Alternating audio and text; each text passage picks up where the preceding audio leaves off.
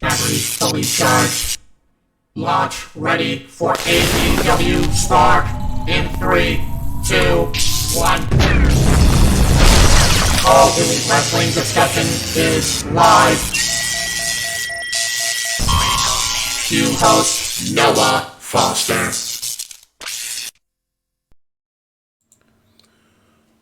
Who will shed some light on Dark? Who rose to the occasion on AEW Dark Elevation? Who lit the fuse and brought the boom on Dynamite? And who continues to bring the rage across AEW Rampage? All that and so much more as we reignite and reinvigorate the conversation for all things All Elite Wrestling. Hello, everybody!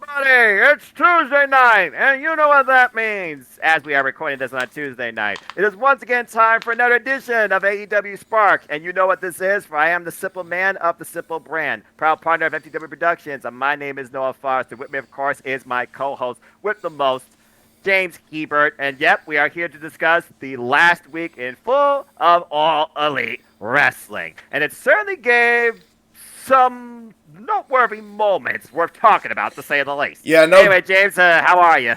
I'm doing good, man. No doubt. I think that this was a very promising week for AEW. I think that's the right word. It was eventful, but in a good way. I think they're on good footing here right now.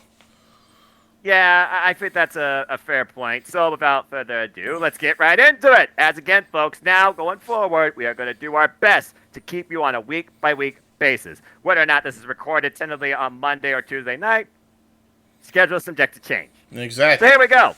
As we talk about the week that began February 6th, right here in Dayton, Ohio, from the Nutter Center, as was AEW Dark Elevation. And our opening contest was, of course, the Jericho Appreciation Society, the epitome of sports entertainers, as Angelo Parker and Matt Menard, this is not your cast-off from Magnum P.I. or Miami Vice, they took on, simply called, The Boys. And why Donnie Castle is the one that usually says, boys, let's go break some hearts, the Jericho Appreciation Society broke some pro wrestlers, as per usual.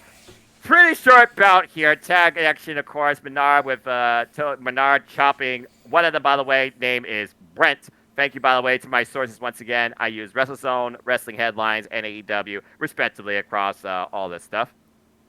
As one of the boys was in, Matt Menard and Brent Tate, they basically started things off, calling up a tie-up, per the usual, feeling out process in a wrestling match. Clothesline attempt was, of course, ducked. Menard, though, tags and Parker after gaining the better advantage, and then a straight right hand dropped the boy where he stood. And then Parker punches Brent in the back, and don't ask me which one's Brent and which one's the other one. You might as well say thing 1 and thing 2.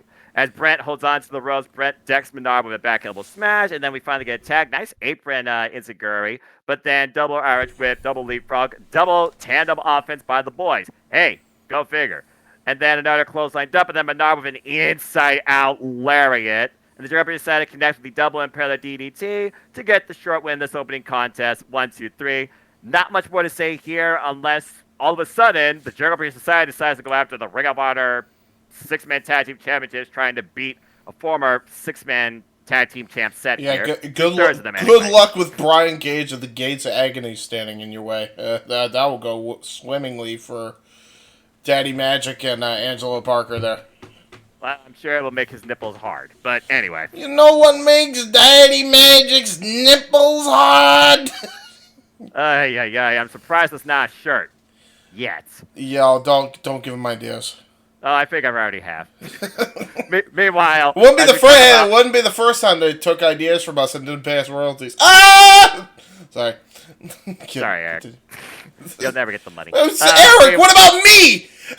That too. Eric was the one that first had an idea that he still waived royalties on. You were just a follow-up. Nah, actually, I think it was the other way around because we had some ideas. Yeah. We had an idea for the AEW video game. They took a lot of the ideas from our PowerPoint.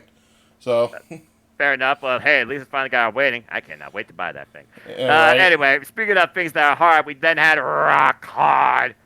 Juice Robinson in in-ring singles action against the debuting former OVE, former Impact Wrestling roster member, Jake Christ. Well, again, we are out of Dayton, Ohio, where even the most unusual unknowns, especially in wrestling, come out of.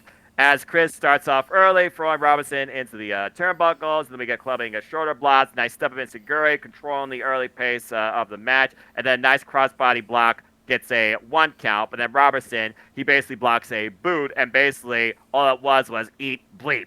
Left hand of God, argue with the referee, because Juice Robinson does that type of thing. Go figure. And he doesn't do it censored. And as we continue, Robinson continues with the flapjack, side Russian leg sweep, and then a senton splash, and then finally connects with what is called the Juice is Loose. And boy, was it running loose as he got the win. It's basically that takeover finish.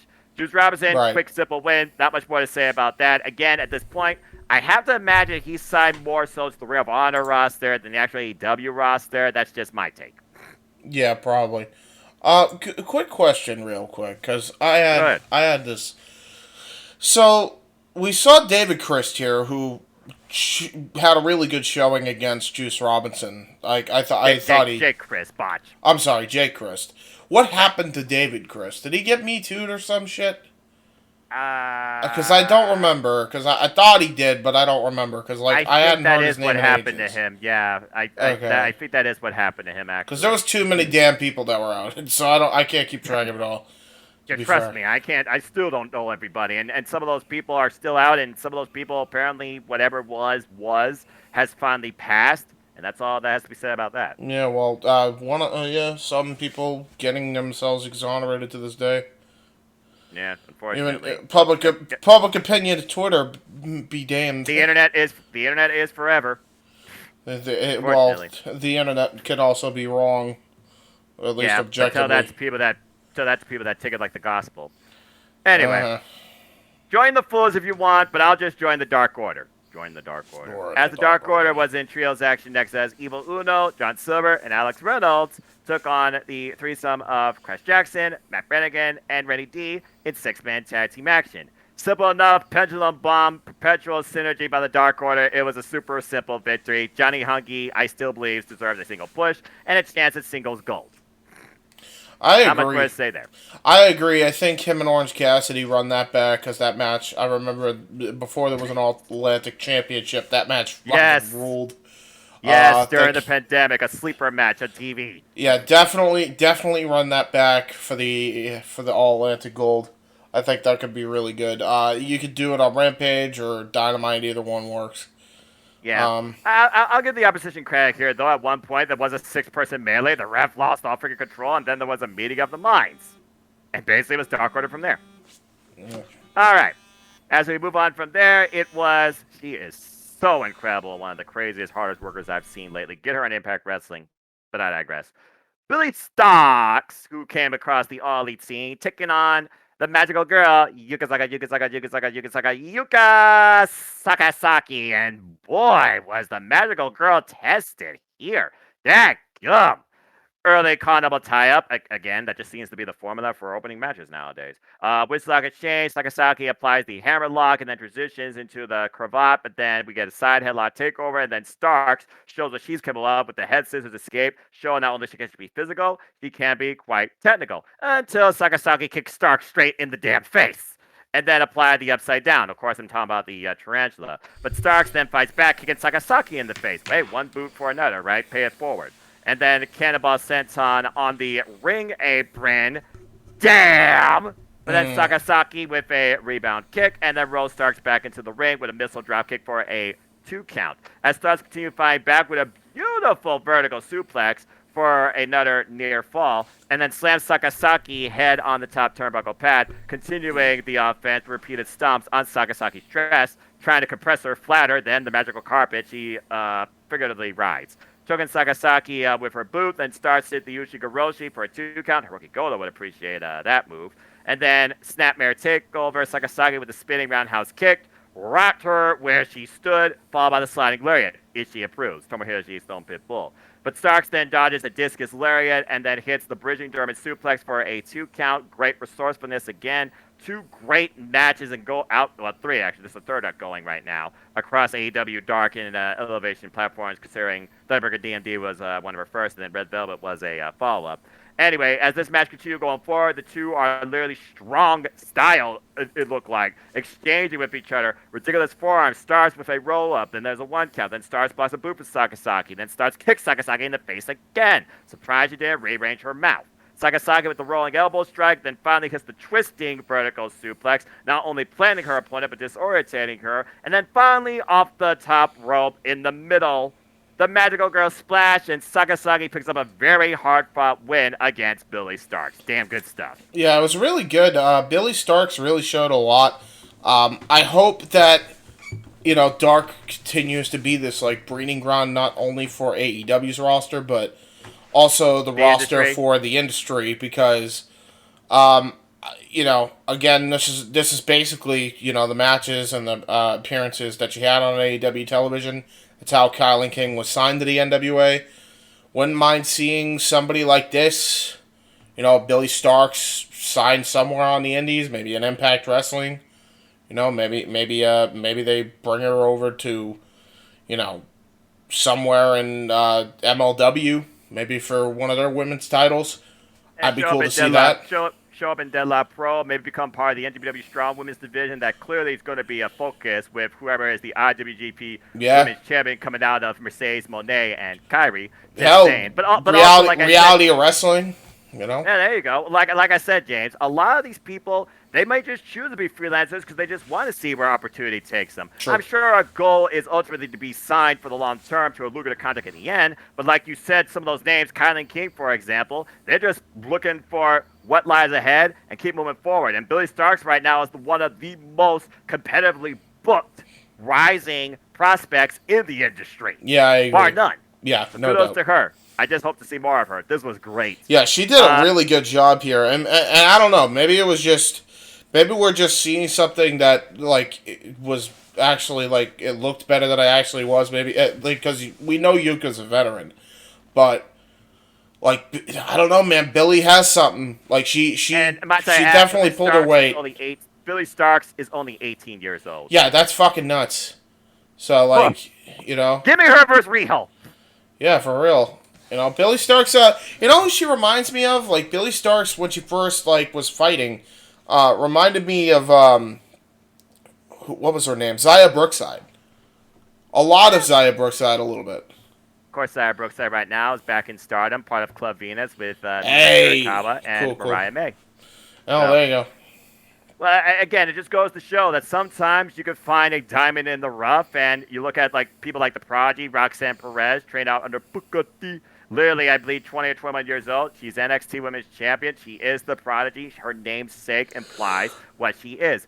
When you have that passion, that dedication, that commitment, and the right direction, you'd be surprised what you can be, and you'd be surprised where you might be seen and by who, us fans included.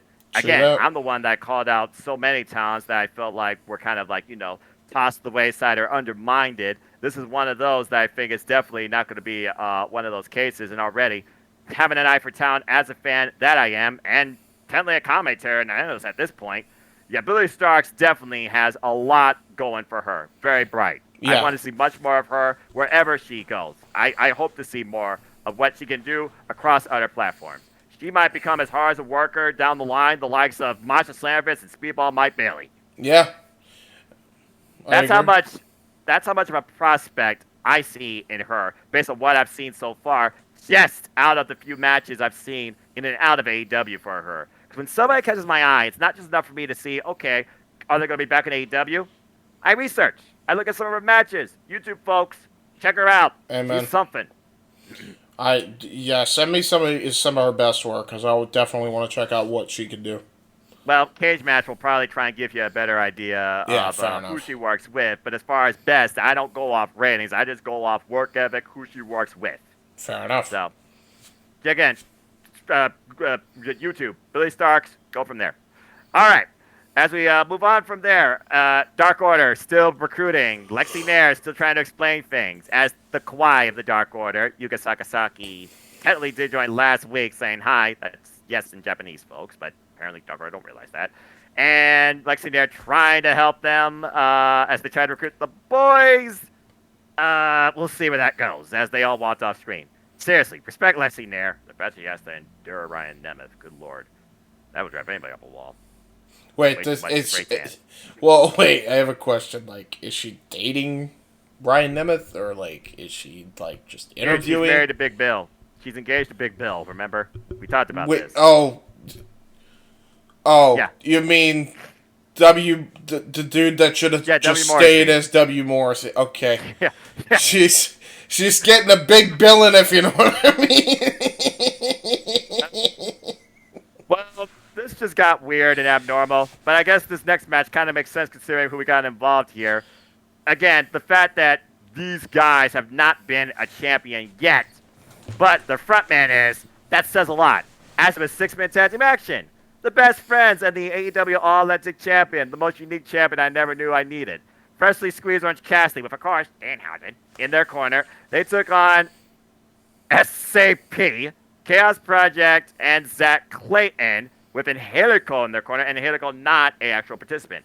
And this match was everything you expected. There was kicks, there was screaming, there was Serpentico once again being coached, used as a weapon, and doing his best as the hardest working man in Dark history. But overall, this was still a fun 6-man melee. Cassidy, of course, with the arm drag takeover. Then we get a monkey flip when he engaged in 1.5 here. Tags into the Kentucky gentleman, Chuck Taylor. Taylor with Serpentico across the ring. Poor Serpentico, man. I feel so bad for the guy. Assisted heart attack move. Serpentico tags in Clayton, though. The reality out of Strozzi. Clayton kicks Taylor in the gut, takes advantage, and then we get a deep arm drag, and then Taylor applies the arm bar. Remember that move?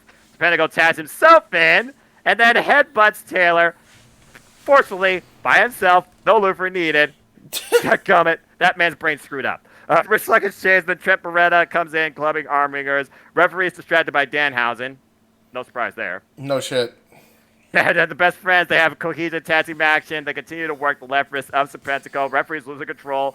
Wow, have I not heard that before? Inside out lariat. Good Lord Almighty by Zach Clayton. Clayton dumps Cassidy out of the ring, and then Lufer kicks Cassidy in the gut because, well, that's what Lufer does. And then Lufer with the snap vertical suplex on the floor, rolls Cassidy back into the ring. Serpentico tags and Zach Clayton, still not enough. Ridiculous spinning DDT by Orange Cassidy as he does, and Clayton counters the bear hug. And then next we know, Chaos Project mocks the best friends, trying to give us what we think the people want. Not going to happen. This continues on going forward. Clayton got a lot of showcase here. I'll admit, it's pretty good stuff. Beretta ducks their new clotheslines by Zach Clayton, and then we get a running clothesline by Trent Beretta, dropping the reality. The reality is he's down the mat. And then Beretta drops Clayton with the DDT. We get a rising knee strike to Lufer. Beretta hits the running knee. Soul Food half-and-half combination to Serpentico. Good Lord, the spring on that. But then Zach Clayton comes back in from behind to try and attack Orange Cassidy, and then we get some forearm shiver exchanges. As this match continues going down the line, Cassidy responds against the reality with an orange punch that Clayton has clocked and dropped him where he stood. Best friends connect with the assisted double choke slam to pick up the win as Angelico comes in and eyes the prize, lacklusterly held by freshly squeezed Orange Cassidy. Until Danhausen nails Angelico with the low blow. No! Damn it! Let Angelico throw the submission expert a bone, damn it! Angelico, what? I mean, that's not a way to get a good vibe. That's some different vibrations right there. Good no, grief. no, yeah, he get the vibration of the turkey tap, you know? Oh, good grief. Well, anyway, I did get my vibe, but that's all right. Freshly squeezed Orange Cassidy and the best friends continue to ride momentum. And again, you got to get the people what they want. But I'll give Zach Clayton credit. Zach Clayton credit. Pretty good showing overall. And SAP, they are what they are, but I do believe Angelico deserves a rightful opportunity. Mm-hmm. And with Orange Cassidy's like a days ago nature, like, whatever. I could definitely see this match just being randomly booked. Because why the hell not? They should, though. Like, yes, randomly book it. Just book it. Please. Well, you know. All right. Moving on from there. Broke a man in half with the burning hammer. Game over for Corey Calhoun. Not much more to say as the Book of Hobbs continues to portray its Okay. painful wisdom. I see. What's next? When you We'll see. said powerhouse, it glitched like a motherfucker. But it's okay. Discord. Hey, that works with the freaking theme. Again, Hobbs breaks bodies and breaks backs. And That's it. And breaks Discord calls. Apparently. Yeah. Meanwhile, we go to our next match as Top Flight. They challenge Agility with Intensity against my duo, the Butcher and the Blade. The Bunny. Yay, Ali. Man, Butcher is crazy. Like, the fuck? Yo, his shaved look makes him look even more menacing. Yeah. I love it. He's scary. And he's a hell of an athlete.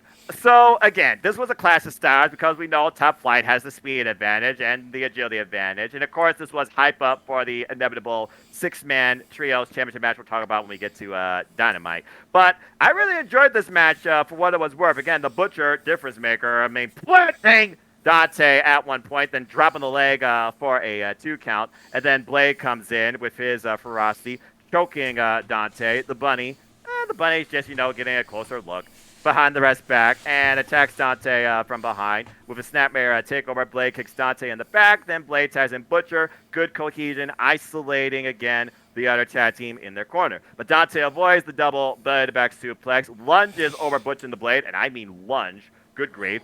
Got to Darius. Darius comes in with a flying crossbody block, and basically this was your hot tag spot. Running uppercut and then the step up enziguri, but then the Blade finally slows down Darius from 100 to 0 with the back elbow smash. Then Darius falls up with a standing Spanish fly for a 2 count. Bunny a bit apoplectic. Bring in the Enforcer. Butcher comes in, goes for the bison, but Darius lands on his feet. I don't know how that's possible. These guys, for brothers, so young in their career, it is absolutely incredible what they are capable of. Darius drops Blade with the assisted swinging DDT for a 2 count off the body of Dante. Again, using your own tag team partner as a wall. Yep, that's tag team cohesion right there. Anyway, Darius tags in Dante. Butcher pulls Dante off the apron, then whips Dante into the steel ring steps. They're looking to take advantage here, and then he punches the Butcher. Darius now a wise move. Even though he ducks 2 clotheslines, Blade with a nasty knee lift. Damn. And the Butcher and Blade hits drag the leg, and the referee reminds Blade, Darius is not legal competitor. There was a blind tag. He's not legal competitor. Butcher dumps Darius over the top. Butcher goes for the power bomb, but Dante counters with the head scissors to take him to the floor. And Dante, with, of course, the apron integrated of the Blade, then follows up with the nose dive and pins the man for 3. Bunny is pissed, and so was I. But this was a really good match. Yeah, I mean, you put these two. I think you put the Butcher and the Blade with any high-flying tag team, you're going to get a great matchup. Proven time and time again. Definitely a great matchup when you get speed versus power like this. This was really good showcase for Top Flight. And good momentum ahead of Dynamite. Yep. And again, Butcher and Blade, they are workhorses. They are, I want to say, key players as utility workers, but I do want to see more from them on the mainstream side of things. And this match just proves it right here. Again, highly underrated trio since day one, in my opinion. All right. As we move on from there, the multi-person madness continues on the women's side of things, as we have our 8th match here in 8 women tag team action. As the Native Beast Nyla Rose, the Problem Rhea Shafir, Diamante, and the Queen, Emi Sakura, with Vicky Guerrero. Oy. They take on Madison Rayne, Sky Blue, Queen Aminata, and making her AEW debut, Hyena Hera, in 8 women tag team action. Why is it every time I say Nyla, blah, blah, blah, blah, versus Sky Blue, blah, blah, blah, blah, those two immediately go after each other first and renew hostilities? I saw these two live in Cincinnati a couple years ago, and that literally was my first ever match seeing Sky Blue live. And it still holds up to this day. I'm just waiting for her to pin her. Meanwhile, these have a great exchange. Rose with the back double smash, and then belly to back suplex, but then Sky Blue lands on her feet. She's got some good balance and agility for a woman that wrestles in Chuck Taylor. But before you continue, I mean, gee, why don't you bury them softly, Widow Jin? Like, what the hell? No. Just waiting for her to pin her. I want Sky Blue to get the big win, and I also want to see her sign. That's fair. Is that a bad thing? No, it's just the way you said it was very rough around the edges. Good grief almighty. Basically, it's your way of saying, give her a fucking bone and stop burying her, damn it. Well, I mean, bury is a strong term. Okay. He still gets the opportunity and give her a push. There we go. Give her a push. Better push, if nothing else. A better push, yes. Yeah, let's go with that. Booking, damn it, booking. Blue goes to the I would push Sky Blue in a specific area. I mean, what? James, be professional. Okay. Then we duck clothesline for Nyla Rose. Then Blue fresh kicks her in the midsection. Blocks the super kick, though. And Nyla Rose takes control, sending Blue face first into the canvas. Planting for a count off a running crossbody block. Shafir and Amanada are respectively tagged in eventually in both corners. As again, that judo background of Shafir came into play here. But Amanada with the snap vertical suplex. And then Queen Amanada and Sky Blue, no strangers to each other from their independent outings. Blue punches Shafir in the back, but then Shafir literally goes head on top of the turnbuckle pad. And then nice chop forearm combination, but blocks the super kick again. Not enough velocity there, as she gets a pump handle release suplex. Yeesh. And then Shafir tags in Emi Sakura, and it was deep time. As we have running crossbody block, and then Sakura, of course, with the twisting senton splash. Again, Emi Sakura, it's amazing how much she brings to the game. Straight out control pro. Sakura tags in Diamante, who applies the wrist lock, and then we get a short arm clothesline. Keyword. Then Sky Blue again, getting worked over by the opposition. Kicks Diamante in the gut, and then we get a nice release German suplex for a 2 count for Diamante. Not quite enough to get the win for her team. As Sky Blue finally gets an advantage here with a rising knee strike, and then super kicks Diamante. Hey, kid! Tag into the coach, Madison Rain. And Rain and Shafir now are, I would say, renewing hostilities to a degree. Rain kicks Shafir right in the face. Ouch. And then Shafir drops Rain with the ripcord. Cuts her. Still not enough. And then Muay Thai knee strikes. Again, that judo background. She has accomplished judician. And we continue from there. Diamante running uppercut. Everybody got their hits in. That's for damn sure. And then Hera finally comes in. Nice hook kick. Sakura, of course, chops Hera. We will chop you, of course, bringing out no air guitar. Amanada comes into play. Melee galore. How many times have I said this line so far? Referee loses control of this match. Then Blue with the cannonball senton off the apron. Then Rain with a diving crossbody. Then Rose Shafir back in the ring. Rain looks to hook the outside leg. Only gets a 2 count. Shafir kicks Rain in the gut. Bends her over backwards. Then Hera comes in. Shafir with the big boot. Drop where he stood. And you can pretty much guess what's going to happen here. Nyla Rose tagged in. Hyena, not laughing. Planted with the Beast Bomb as Nyla Rose and crew pick up the win. Good grief. Well, it was a match.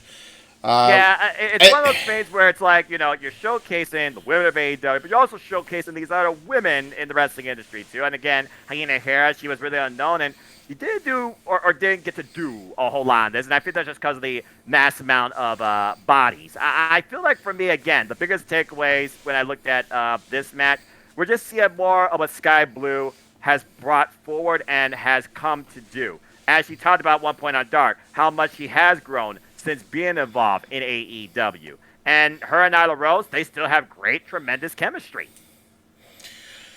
Yeah, I don't know. I still have sour spots over the last time I saw Marina Shafir and the fact that she's even in let's talk about Marina Shafir and the judoku background now that she brings in her matches. Do you think that is better suited for her in the wrestling arena? Do you think that helps with her presentation at all? It helps masks her deficiencies, I'd say, but right, bro. How long has she been in the game now? I would have to look that exact stat up. It's been way too fucking long to not know how to do a headlock from a fucking, wristwatch here. A wristlock from a wristwatch. Wristlock from wristwatch, the classic. This is appalling, dude. And you could tell she was so out of her league with these other 7 women, dude. Like, it's insanity. Like, they're trying anything they can do to try to get something out of her. I said it already the first time when she damn near almost killed somebody in the ring last time I saw her. I'll say it again here. If she didn't get it then, well, she was in the Performance Center in WWE. Mm-hmm. What the fuck makes you think she's gonna get it now? I'm sorry. It's time to cut your losses. I'd be honestly shocked if she's not a part of the budget cuts, if there's any budget cuts, or Tony Khan lets her contract lapse at some point. Last time I checked, Marina Shafir doesn't have an official All Elite graphic, so it just might be one of those tier-based showcases there. Good, as it should be, dude. She's not somebody you should have on your roster. There's so many talent that you could be bringing in right now. That's kind of what AEW already does. It's just as far as what. No, I know. It's just she ain't it, dude. She's I will give it. I will at least admit that she is trying. The fact is, it's not for everybody. Everybody thinks wrestling is easy. No. Marina Shafir is living proof that it's not easy. And by the way, that's okay. Yeah. Just please recognize that before you accidentally seriously hurt somebody, which she already did once or twice since she's been in AEW. That's my thing with it. I still have sour grapes about that whole thing last time I saw her. I expect you to. And again, here, she showed her mixed martial arts skills to try to hide her deficiencies when it comes to wrestling. Bro, if anybody should be in her spot right now, it's Paige Van Zandt. I don't know where the fuck she's been. I'd put her in this spot as opposed to Marina Shafir. Being dead serious. Fair enough. Maybe we'll get more of that. Maybe foreshadowed at Double or Nothing, since that's where she had her once and only ever match to debut, as far as I know on the roster. Yeah, but I don't know her bare knuckle boxing American all-team the background schedule too. So who knows? Again, weird stuff. It all comes down. I'll say this much. All right. Go ahead. When it comes to Paige Van Zandt, she definitely has a lot more the it factor than Marina Shafir ever fucking did. That much, Facts. I think, is definitely unanimously a fact. Yeah. All right, as we go to the last match of Elevation here in this 9-match showcase, it was the Blackpool Combat Club's Clara Castagnoli and Wheeler Yuta having a clinic against Arya Daivari and Tony Nese, with, of course, Smart Mark Sterling in their corner. As Wheeler Yuta and Tony Nese, they started things off. Nice technical kickoff here. Side headlock, drop down to the canvas. Some agility here with the leapfrogs. Of course, Tony Nese, a former Cruiserweight champion. And then Nese stops Yuta dead in his tracks, but then Nese flexes muscles, as always. Yuta finally taps in Castagnoli, and Castagnoli reminds Nese there's a different reason that you actually shouldn't be flexing. But Nese kicks Castagnoli in the gut. Nese tries the side headlock to hold Castagnoli in place. Well, that didn't work so well. Whips off, and then Castagnoli drops down on the canvas and then leaps frogs over Nese. Again, Clara Castagnoli is a freak hybrid athlete. I don't give a damn what anyone says about me. I agree. Castagnoli ducks a clothesline, Arya Daivari after the tag. Then, what do you know? There's a wrist lock takedown. Daivari basically chops Castagnoli, and Castagnoli cleans his clock with an uppercut. Go figure. And then Yuta comes in and blasts Daivari off the ring apron. We get a tag to Yuta, double Irish whip. Great tag team cohesion here with the big boots, but for a 1 count. And then we have a wrist lock from the Ring of Honor, pure champion. But Daivari tugs on Yuta's hair to break the hold and finally gets him in the ropes. As this match progresses, Daivari repeatedly stomps on Yuta's chest after tying him up in the Tree of Woe, and Nese basically taunts Castagnoli, who's watching on as they have Yuta trapped in their corner. And eventually we go into a bit of miscommunication because it's not a varsity athlete thing here. Trustbusters, varsity athletes have a bit of a agreement, I guess. But Nese inadvertently clotheslines Daivari, and this is the moment we need as Castagnoli finally comes into play. And Castagnoli and Nese once again renew hostilities. Crazy uppercut train, and then the drop kick to Nese for a 2 count as this match goes forward. Yuta comes in and is throwing just haymakers, just bombs at Daivari. Then Daivari gets dumped on his freaking head out to the outside of the ring as Castagnoli uppercuts Daivari. That uppercut, the freaking difference maker. Castagnoli again with a double leg takedown, but gets distracted by the lawyer, Smart Mark Sterling, even in Ohio. Lawyers suck. And then Castanelli kicks Sterling off the apron. Thank goodness. But then Nese has the 450 splash for a 2 count. Nearly pinning the Ring of Honor World Champion, but not quite enough. Assisted DDT, though, to Nese by Yuta after yanking Daivari off the apron. And then catches Daivari in midair as Claudio does, of course, the tilt-a-whirl backbreaker. Taz and Yuta, and then delivers the giant swing while Yuta hooks the outside leg, stopping that swing down its tracks to get the win here on Ari Daivari. And that was our main event as Rebel Combat Club continues to show us what they are about. Violence and proficiency in professional wrestling. This was a fun closer. I gotta say, I enjoyed this match a lot, and more of Ari, Tony Nese, and Josh Woods on AEW programming, please. I like seeing them a lot, and even if it means you have to just put them on Dark every now and again, like, definitely put them on.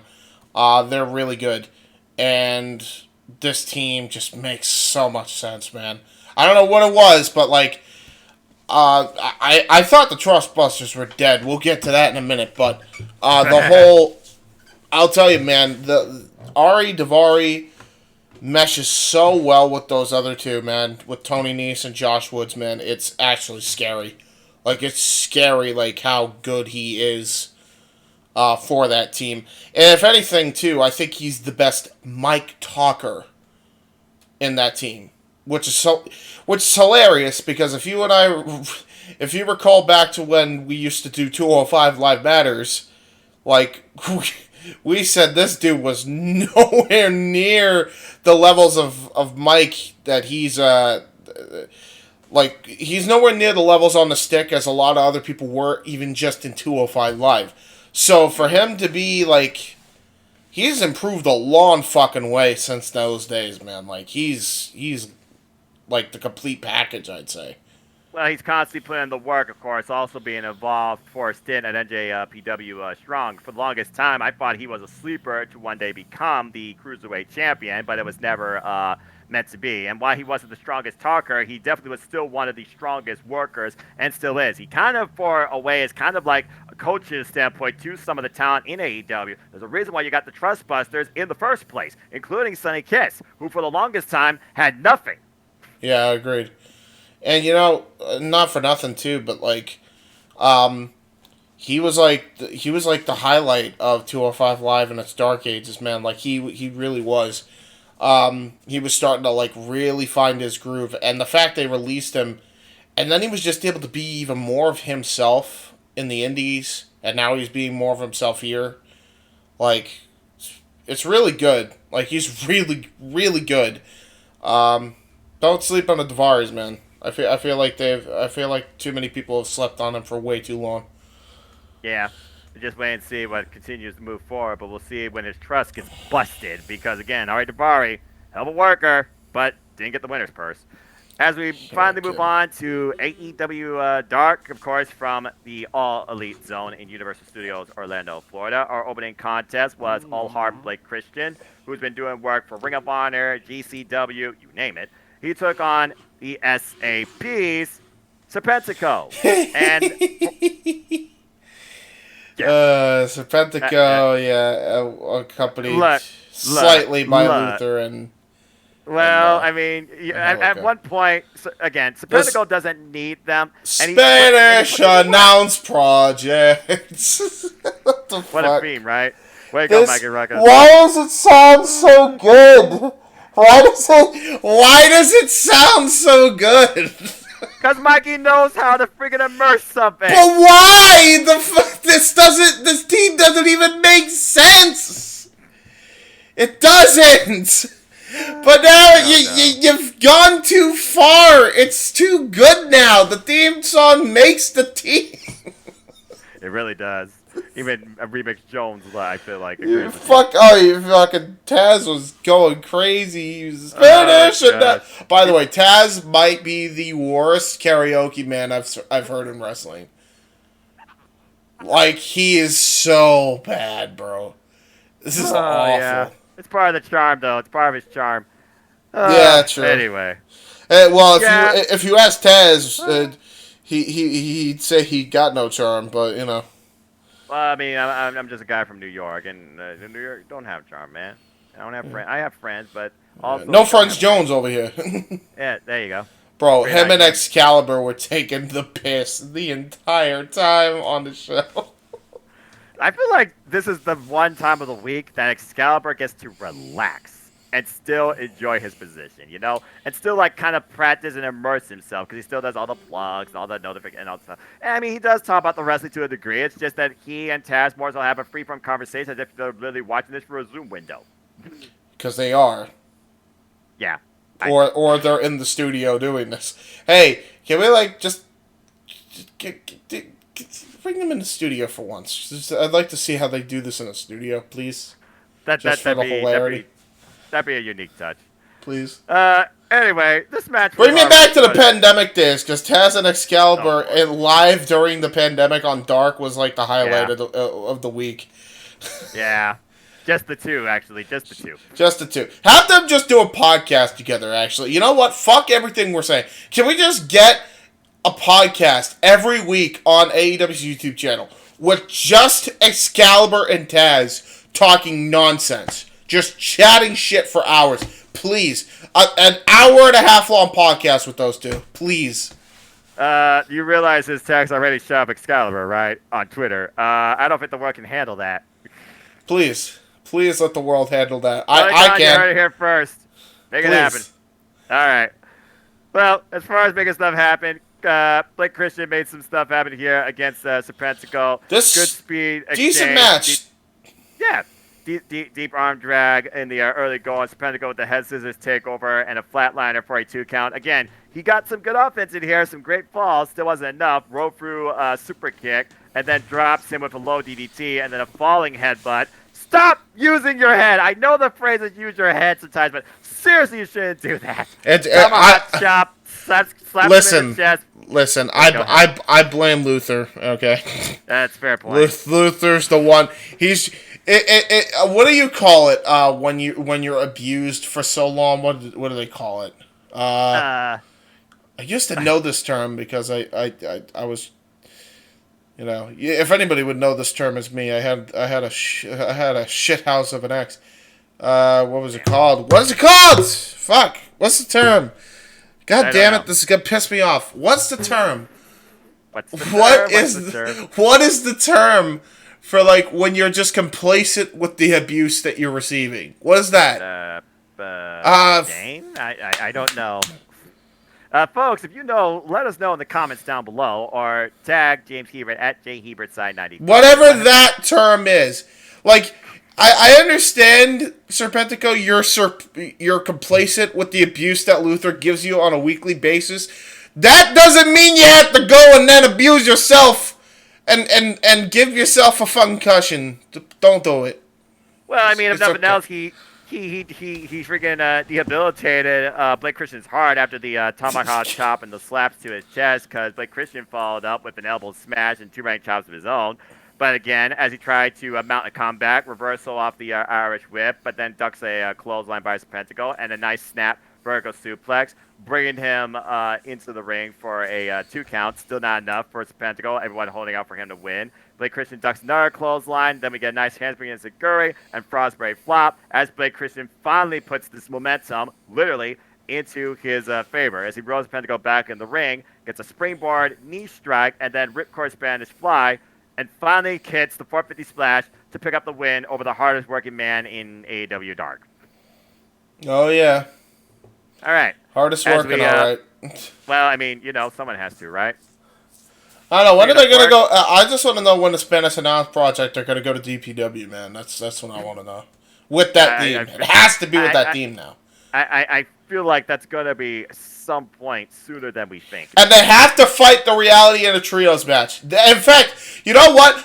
Let that be Chris Danger's first fucking match at DPW against the Spanish Announce Project with his boys. Please. Please make this happen. The DPW AEW Dark crossover. Yes. Yes, please. At the Universal Studios area. Yes! Oh, actually, yeah, you know what? Do that. There you go. In a promotion. DPW Bruce, crosses over with AEW Dark. There you go. AEW, once again, welcoming everybody, wanting to work with Hey, anybody. technically speaking, that's how James Darnell got the money to start his own wrestling promotion. If you go by that kayfabe logic, it all ties in. Well, like good old JM says, Jeff Meacham, it's not hard to book, it's hard to finance. True. But I digress. Second match of the night, pretty quick, sweet, and simple. It was Roos with Jose, the assistant, taking on Aiden Park. Aiden Park didn't have a snowball chance in hell. Bro, he got knife edge fucked. up in the early going, and then once point he was really taken over with the snapmare, and then wrapped up in the orange cables. Always have to have a freaking cable underneath the ring in a Roosh match. Go figure. And then Rose Parker into the ring with heavy body shots, answer nerve forearm, chops him in the corner splash, sidesteps him into the turnbuckles, chop haymaker combination, and again, blistering the man. Although Aiden tried to fight back because Roos wanted it, got nothing for it. Repeated stomps on the chest, and then, of course, he goes for that bull's horn. No. Tranquilo. With the fake out on the cheap shot. Overhead by the belly suplex, and then Roos explodes because he was messed with too far and gave Aiden the bull's horns, and that was the quick win ahead of Roos facing Bryan Danielson on Dynamite. Not much more to say here. Roos is a freak. Yep. A violent freak. Yep.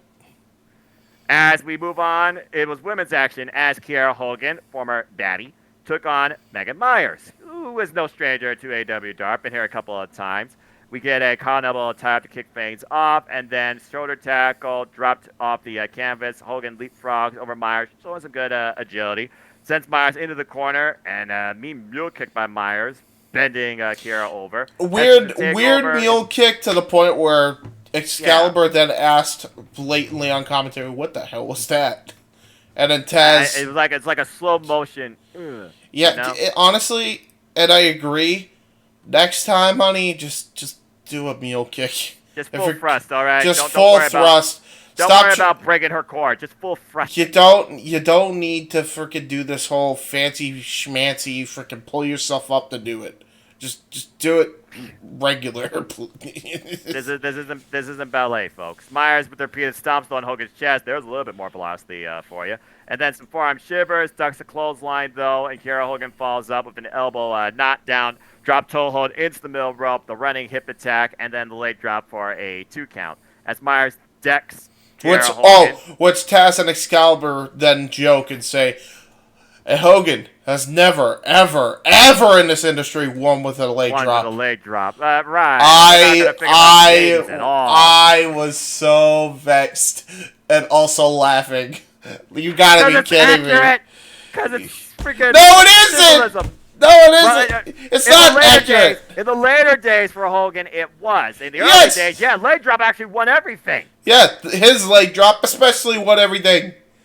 Yeah, particularly him. Which anyway. I think was the joke. Well, I mean, again, Excalibur and Taz, they mostly just have fun with this. Oh, yeah. It's nice for a commentator to just have fun. It reminds them why they are a wrestling fan. Anyway, as this match keeps going, we get Kiera Hogan kicking Megan Myers straight in the face. Damn. And then diving clothesline with the sliding quarter dropkick. Man, she hits that thing freaking hard. Yeah. Delivers a roundhouse kick and then follows up with a modified bat drop driver to pick up the win, and that's on period. So good stuff for Kiera Hogan at this point, you know. I feel like it's more so just finding some confidence in herself. I feel like the fact her last name is Hogan, she had to do the leg drop thing. I just feel like it had to happen at some point because she normally doesn't do that. So I thought that was kind of funny. Yo, you know what leg drop she should totally do, though? What? The Alabama Jam. Top rope leg drop. Yeah, top rope leg drop. Actually, that could be a really good finisher. Do it. Well, maybe she'll adapt to it. I mean, we'll see what happens. This is how Taz and Excalibur are commentating on commentary. What we're doing right now. Well, I mean, yeah. Just waffle. The freaking geography and a freaking geography lesson and cheap galore. Yes, exactly. And talking about NFL teams for no reason, and then going to NHL teams and every other sports team in the world. Yeah, congratulations to Patrick Mahomes of the Kansas City Chiefs and the Kansas City Chiefs franchise on winning the Super Bowl. Even though people are still going to call BS on that last play for the Philadelphia Eagles. He wasn't holding. Hey, guess what? If What? boxing can be rigged and MMA can be rigged by the fucking mob, you bet your fucking ass they got the NFL too. It's been rigged for years. Get over it. And that is the reality people will never accept. Yeah. All right. As we move on from there, Dalton Castle came out with the boys to break some hearts against Dante Casanova. And Dante Castle in the early going, at least twice, showed us what he does for reps as he lapped around the ring, getting the crowd back into things. Pretty back and forth in the early going. At one point, Castle ducks a clothesline for Casanova, hits a short arm clothesline, drives his knee into the midsection, and then drops him with a DDT for a 2 count and applies a waist lock and a falling splash, keeping him on the ground and hammering him with elbows. No, he is not a member of the Blackpool Combat Club. Get that out of your heads.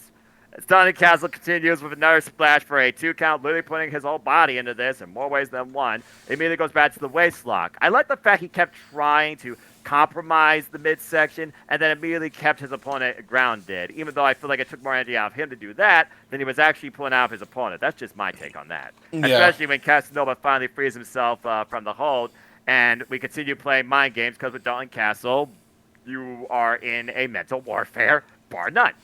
But then he punches you in the back, and then you know you're back in a wrestling match. Castle goes for the body slam again, but this time Casanova lands on his feet. Dante showing us a bit of his agility as he decks him with a back elbow smash and then forearm smash, both men exchanging. But this time Casanova clings to the top turnbuckle to prevent a high-risk move and then hits him with a back elbow smash and then kicks Castle in the face. 2 T-bone suplexes later by Dalton Castle, though, and a nice backdrop driver. He finally hits him with the rising knee strike, and then a discus lariat connects with, of course, the spin out, facebuster, the bangarang for the 1, 2, 3. There you go. Dalton Castle looks good as always. I do have to point out that we see a team later on that's super obnoxious. They get booed out of the building at Universal. But here, Dalton Castle's equally as obnoxious. Gets the biggest pop of the night. Dalton Castle is respected also, former Ring of Honor world champion, and people know who Dalton Castle is. Hey, listen, all I'm saying is if you want the other guys to gain some traction, there's a trio. It's right there. You put the 3 together, and that's like the 3 Stooges of fucking retrograde right there. Do it. I know exactly what you're talking about. Let's keep going. The next match was Sorry. Yeah. The next match was Mascara. Oh, speaking of hacker, fucking Slim J, Slam Master. I don't fucking know. Slim J, not Slam Master.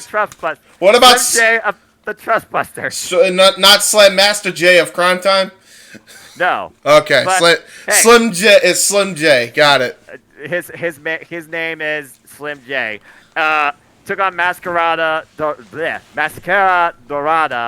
and again, Taz had the biggest botch of the entire week. By the way, not his first. It's the Trustbusters. Please tell me it's not the Trustbusters.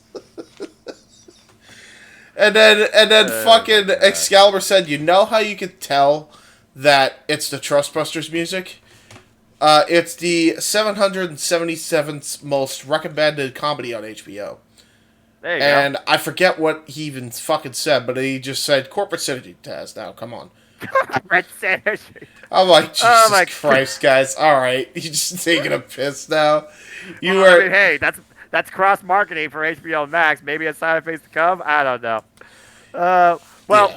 This wasn't Billions, this wasn't Dynasty, this wasn't Empire, which I know is a Fox property, but this was a wrestling match, and I will give credit's due. Slim J and Mascara, pretty good stuff, all right? In the early going, really good, actually. This might have been the most competitive match on Dark this week, to be honest. Well, that's what Dark does sometimes, gives you sleeper matches, and this very well might have been that. In the early going, there was a standing switch exchange, and then we got a hammer lock with Dorado with the side headlock takeover, brought Slim down to the mat. And then we got a nice bow and arrow stretch, but Slim was able to fall on top of Dorado for a 2 count. Nice way to use his fire momentum. Then we go back to the Continental title, looking to keep him down, and then we got the side headlock again. Both these men pretty much just trying to ground the other, which I thought was smart strategy. But then he drops down on the canvas, Dorado does, then leapfrogs over Slim as he lunges over Dorado. Both these men just trying to see, okay, can I actually plant a foot in this guy's gut? Well, eventually, Dorado ducks a clothesline from Slim, and then Slim hits Dorado in the gut. And then we get a nice head scissors takeover, but Dorado ducks another clothesline, getting speed on point here. Goes for the Hurricane Rana, but lands back on his feet. Slim J, wow, Slim. Double drop kick, and this leads to a quick standoff. Stalemate. Yeah. Keyword, stalemate at this point in the middle of the ring. Yeah. As Slim drops down to the canvas, and the speed continues to move forward, and the athleticism is being showcased, bringing the crowd into this. Big thrust kick to the midsection of Slim. Dorado with the springboard shotgun drop kick, and Dorado slides to the outside of the ring. But again, Trustbusters don't roll alone. They try to gang up on Dorado, and then Sonny Kiss rolls Dorado back in the ring behind the red's back. Slim choke with Dorado with his boot, basically driving his boot into his carotid artery. And then it's just continuing to rain down shots, trying to wear down his opponent, then punches Dorado in the back. And Slim now is in control here, as the heel typically does things. Diving reverse DDT. 2 count. Yeah, that was really cool. I have not seen that. I can't say I've seen that before. Yeah, right? You think about diving DDT, that's more of a diving reverse DDT. Off a dive. Like the way I can describe it, because people are going to be like confused. It's as if he was going for a springboard tornado DDT, but he turned it into Christian's reverse DDT. Mm-hmm. It was nice. I approve. And then he uses the middle rope to try and choke Dorado, falling. That's the Trustbusters to continue to run interference. Straight right hand, drop the man where he stood into the corner. But Dorado with the drop toe hold into the middle turnbuckle, falling that. And then tilt-a-whirl backbreaker, but then a misfire with the clothesline as Slim applies the sleeper hold, trying to ground Dorado. But then elbows to the midsection as Dorado fights back. Springboard, back elbow smash. And then lands the tornillo, of course, the corkscrew off the ropes, folks, in case you don't know. And Dorado is finally in fuego. Picking up speed here as he lights up Slim J. Springboard splash, and then fights off a fireman's carry. Slim does. And then a nice backstabber, but still not enough. Really good backstabber. Really good. Because he does it in a straight jacket. Out of the fireman's carry, by the way. Yeah, he got out of the fireman's carry, turned his body around. Into a straight jacket. He straight jacketed him into it, if you notice it also. Like, that was really good. As he moves forward, Slim goes for the moonsault. High risk, high reward. Well, fortunately here, Trust Buster busted. Dorado ducks out of the way and finally connects with his own moonsault. The Dorado, Mascara Dorado moonsault, and Mascara Dorado picks up a very hard-fought win. Yeah, it was really, really good. Really good stuff. Now I just hope we see other Trustbuster members just having matches on Dark. I can't remember the last time I seen the Sonny Kiss match. Because Sonny Kiss is, like, underrated. I think it might have been against Joe Janela or whatever the fuck. I know there was at least one besides that, because of course he's had at least one singles match since being a Trustbuster. But yeah, his rarest matches have been only tags, and I do agree with you, because what Ari Daivari, again, when he formed this group, these guys are underrated, underutilized, maybe underappreciated. So he's trying to raise their stock. And I feel like this Trustbusters gimmick definitely worked particularly for Slim J in this match against the veteran Mascara Dorado. So this was really good. I gotta say, too, before we move on to the next match, during the entrance of Slim J, he rips his tank top. And Excalibur said, well, Slim J Mania is running wild. And the butler, I forget his name off the top of my head. That is Jeeves, I believe. Jeeves, Jeeves gives him another. Jeeves gives him. Oh, it's VSK. Okay, so yeah, VSK gives him another tank top to put on, and Taz and Excalibur just doubled over on commentary. That is hilarious. That was a good gimmick. Good gimmick. Always have somebody bring you a backup team. Yeah, in case somebody wants to do a Hogan impression, you know. Gee, I wonder if you're talking about this guy here from the Outrunners, as the Outrunners took on Logan Cruz and Tashawn Perez. Yeah, This these are was the guys I was interesting. talking about with the Dalton Castle. Yeah. Okay. Whoa. All right. So, not a whole lot to say here, except for the fact I need this theme versus the General Appreciation Society's Matt Menard and Joe Parker. Yes, please, yes, because yes. I need 80s synthwave overload, and I need to judge for myself which theme I like better, because the greatest thing going for this team is their theme.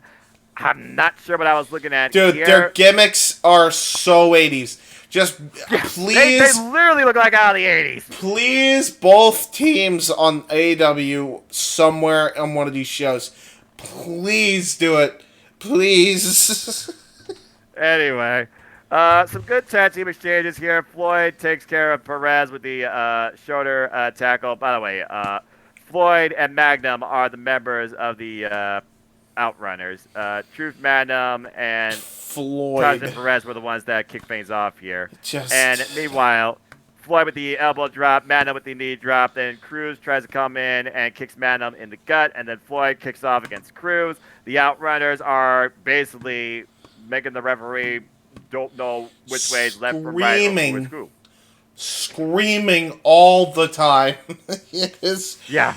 Honestly, the ref didn't look stupid enough. This is the best way to describe this. The gimmick is so bad, it's good. Like, it's so fucking obnoxious, dude, and it's hilarious. Even their post promo as we go towards the Oh end my of this. God. Magnum Cruz's head at the top turnbuckle. They are loud, they are obnoxious, but the Outrunners connect with the Power Slam Neckbreaker combination, and the Outrunners win. Yeah, which by the way, that Neckbreaker Power Slam combination needs some work, because I'm not really seeing the Neckbreaker. I see the Power Slam, but, like, yeah. What are you doing? You're just lightly grazing the top of his head. Or anything. Yeah. With like a full grip of nothing.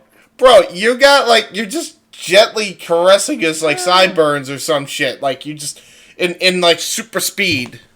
Like, alright, let me groom your sideburns real quick before you come down on the ground. Like, that's what that screamed to me. It didn't scream a freaking neck lock here at all. No. Next match was Balian Aki with Mesoruga taking on Rico Gonzalez. And we see what Aki's capable of. Of course, Aki, who runs with Emi Sakura. Aki here, some good kicks. He was very impressive. Yeah, I mean, again, for a guy that doesn't do a whole lot, especially in the corner, we see what he's capable of in the ring here. Aki blocks, attempted a Hurricane Rana, and Rico Gonzalez brought some good offense here, but Aki kept following up with the terrace takeover, some chops, and then body slams him, missile dropkick for a 2 count, then top exchange with the 2 as he delivers some more combination offense, then goes for a gore buster, but that gets countered as Gonzalez lands on his feet.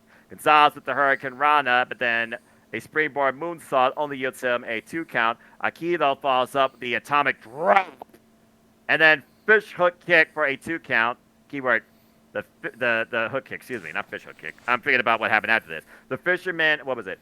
Fisherman's Ushigoroshi. He traps the legs and then compresses brutal, the man. Bro. That was brutal. Jeez. Holy shit. I thought he was done there, but apparently Aki wanted to make sure Aki that just wanted to be like, I hit him. I know he's knocked out, but now I'm just gonna style on him. I want to fly. I want to do the. I want to do an Uso splash. When you work alongside Emi Sakura, you gotta have a bit of presentation. You know, a little bit of pizzazz, a little bit of flash. Emi Sakura would approve, and Aki got the win. Yeah, he's by himself. Sign this guy.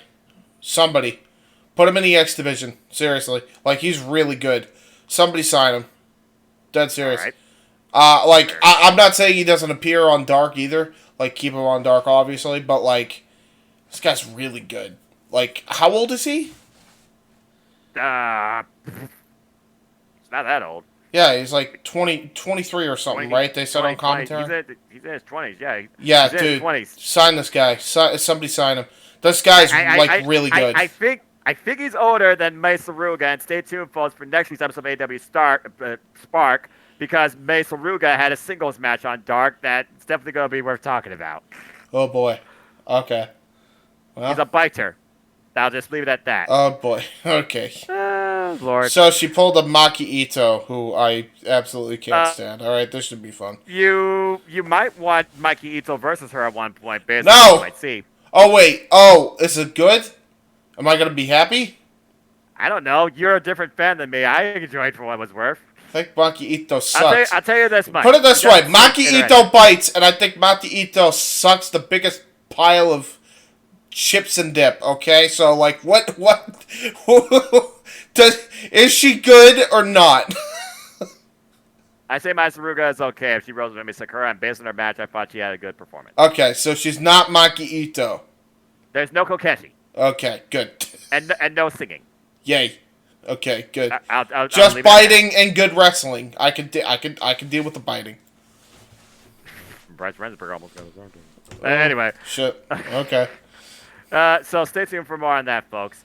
As we move on to our last match of this episode, as EJ Naduka made his debut against the Japanese sensation himself, Konosuke Takeshita. EJ Naduka needs to get signed as well somewhere. I don't know where, but get him somewhere, man. Like, or get him on some spots, shows, or whatever. Give him multiple deals.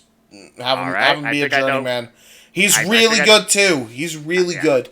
I think I know who James was impressed the most from this episode of Dark this last week. No, for real. Like he's got something, man. Like him and Takeshita had a banger. Like I could have seen this gone for like another 10 minutes. Dead serious. Yeah, I don't think they went into a second gear. I mean, Naduka blocks the Blue Thunder Bomb in the early going after Takeshita hits the leaping clothesline, and Naduka with some corner spears of his own, and these two with a chop exchange. But then Naduka once again dodges the Blue Thunder Bomb in the later going and lands on his feet. And then we got some forearm shivers, strong style, AO, as he spears Takeshita again. Then there's another forearm exchange. This was just straight up physical warfare, and I freaking loved it. When the Naduka hit the Blue Thunder Bomb, I thought that was a nice touch. Only got a 2 count. Takeshita fights back out of the fireman's carry position and applies his waistlock. Again, the move he wrote a thesis on, went for the German suplex, but the Naduka with 3 sharp elbow strikes broke that up. Takeshita finally catches him with his momentum and plants him with a Blue Thunder Bomb of his own for a 2 count. As he looked for that jumping flash knee strike, you all might better know it as a V trigger. The Naduka dodges the bullet and then hits his own diving shoulder tackle. But then Takeshita responds with a jumping knee strike of his own and drills the man with a freaking sheer drop brainbuster. And finally, bang! That jumping flash knee V trigger. Konosuke Takeshita, this match felt like it was 10 minutes, and it wasn't, and it should have been, if not longer. But Konosuke Takeshita wins against the debuting EJ Naduka. This could have gone either way if this was on a main stage. Yeah, If it wasn't Takeshita getting a shot at MJF to potentially compete for the world title, if it were any other week, I could have seen this gone either way. This guy should be signed. I don't know where, but sign him to Just sign him somewhere. Just sign him somewhere. He's really good, man. Like he's got some serious upside. I think he just needs to, a little bit of polishment from like a good base. Like maybe right.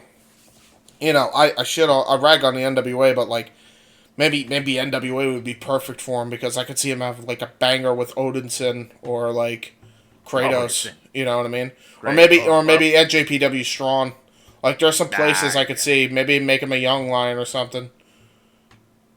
Well, only time will tell. And congrats to Tom Lambert, by the way, who's finally an NWA champion. He won the NWA World Television Championship. Good for him. Mm-hmm. Wait, who? All right. Tom Latimer? Tom Latimer. Yay, Tom good. Latimer. Okay, good. Yeah, so good for him. And spoiler alert, James. They announced the next pay-per-view, and at the next pay-per-view for NWA, they're going to crown a new champion of a new belt. Another belt for the women. Why? Women's Television Championship. Stay tuned for more of that. No! Let's go ahead and move on. No! I'm sick of this 605 time limit bullshit. Stop it! Please! Just have a normal 15-minute fucking time limit. Stop doing this horse shit. Alright. I hate the way NWA does their television title. I hate it. Well, at least you can appreciate what AEW does with Dynamite and their television broadcast as we go into Dynamite. Yeah, thank you. Talk about progression and shedding light. Again, folks, we look at all things All Elite Wrestling. So, thanks for tuning in so far up to this point. Now let's go ahead and get into the mainstay of this company, AEW Dynamite. Real quick, before you continue, can I hit the pause button? Because I'm parched and need to get my 2-liter. Unless you want to just... Okay. I just got paused. Yeah, absolutely. Alright, we're good. This was AEW Dynamite February 8th edition from the El Paso County Coliseum in El Paso, Texas. And we kicked things off with the man that is better than you, and you know it, and we still don't know what he's fully effing capable of. As Maxwell Jacob Freeman, MJF, took on in a AEW World Heavyweight Championship title eliminator match the Japanese sensation himself, Konosuke Takeshita. When I saw this match graphic made on paper, I was like, this has to be a clash of styles. Konosuke Takeshita is so fast and explosive. MJF is slow, methodical, conniving, sneaky. And I was wondering how the two were going to clash right here. So I'm just going to go right into it. Because we literally start off, just as I expect, super hot. He goes for that rising knee, but MJF once again dodges it and focuses the attack immediately on Konosuke Takeshita's arm. Of course, setting him up for the Fujiwara arm bar, the Saw of the Earth, but then a hammerlock elevated DDT by Maxwell Jacob Freeman. Some of the pages old finish, we all remember that. And Takeshita catches a charging MJF with overhead belly to belly. What explosive power, suplex in the corner. A Luba kick. Hey, I recognize somebody that used to do that move, El Generico. And we get a 2 count. Konosuke goes for a third. MJF rolls him up for a 2 count. MJF playing possum and trying to take advantage, escape any way he can. And then we see MJF try to elevate Konosuke up. That doesn't work. He gets caught with another kick. But then a sheer drop brainbuster, and once again, Konosuke, so close, not quite enough. And of course, we're in the Texas area, so we have to have a little bit of Latino heat. Telling Eddie Guerrero as Takeshita goes up to the top rope. Picture perfect. Sorry, Rob Van Dam. This was a 5-star Worthy Frog splash, but still a damn 2 count BS.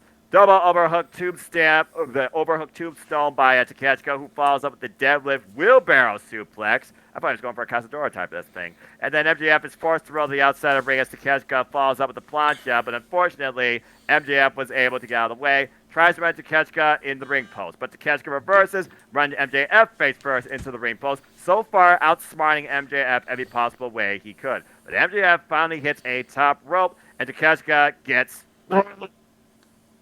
in the uprights, in the Cinnabons. Ouch. No Nice. MJF heads up now to the top rope, reverses. This was crazy. Okay, this was crazy. And this was just when we were coming back from WrestleMania picture-in-picture. So we know the usual spot. MJF and Takeshita. They're on the top rope. Takeshita is on the outside position. You think he's going to go for a ride? No. He removes himself. He winds up. He hits MJF, who lands on his damn feet. And what the hell? And here's the other part that we're not even realizing. Did he even hit him? Because I never even saw contact. I think what happened was... MJF was aware of it and escaped. Yeah, so Takeshita, grazes him with his elbow, I think. Yeah. But Max saw it coming because it was built up for so long. So Max backflips out of this fucking thing. I was like, what the fuck?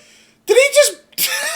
was I watching Maxwell or was I watching Ricochet? The fuck? I say it once, I'll say it again, James. We have yet to see everything that Maxwell Jacob Freeman is capable of in that damn ring. Dude, best pure wrestler on the planet, bar none, from top to bottom. There's nobody that comes close to MJF. I've been saying it for, I don't even know how long now. The dude can literally do every style you give him. Every fucking style. So it freaking seems. Rolling elbow, though, by Takeshita does hit. And then finally, an elbow by MJF. German suplex, though, taken over by Takeshita. Both men are down the ring. The crowd is going insane. Takeshita rolls down the knee pad, though, looking for, of course, that running, jumping knee strike. But MJF, once again, goes to the outside. Maybe sense of urgency, maybe just instinct, no idea. As he tries to follow MJF, MJF takes advantage finally, kicks the middle rope once again. Takeshita, stop getting your freaking Cinnabons rearranged. Dadgummit.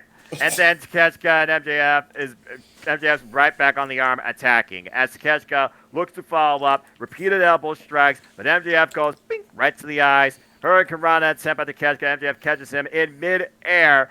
Powerbomb to the knee, and MJF might have hurt himself here, it seems, putting his own body at risk to finally slow Takeshita down. MJF screams in pain. Dead serious, it's a great-looking move, but it really looks dangerous. I'm not sure, like, this is one of those moves where you really shouldn't be doing it at all, because one wrong landing of the person on your shin and your kneecap, like, you're fucked. You blow it out. A while. Yeah. You blow it out, basically. Like, I don't know why they're doing it this way. You know, because I don't hate it. If he's doing it safe and he's just a really good seller, which it's Maxwell, so I wouldn't be surprised if that's the case. But me neither. You know, I'm hoping it's actually just him selling and he didn't actually just fuck himself up doing this. But I think it's just him selling. It's a brutal fucking move, though. It looks nice. It's not the first time he's used his knee also when it comes to his offense as well. Let's not even figure about what happened between him and CM Punk at one point. Yeah. As Takeshita finally tries to bounce back here, he finally catches a charging MJF with a Blue Thunder Bomb.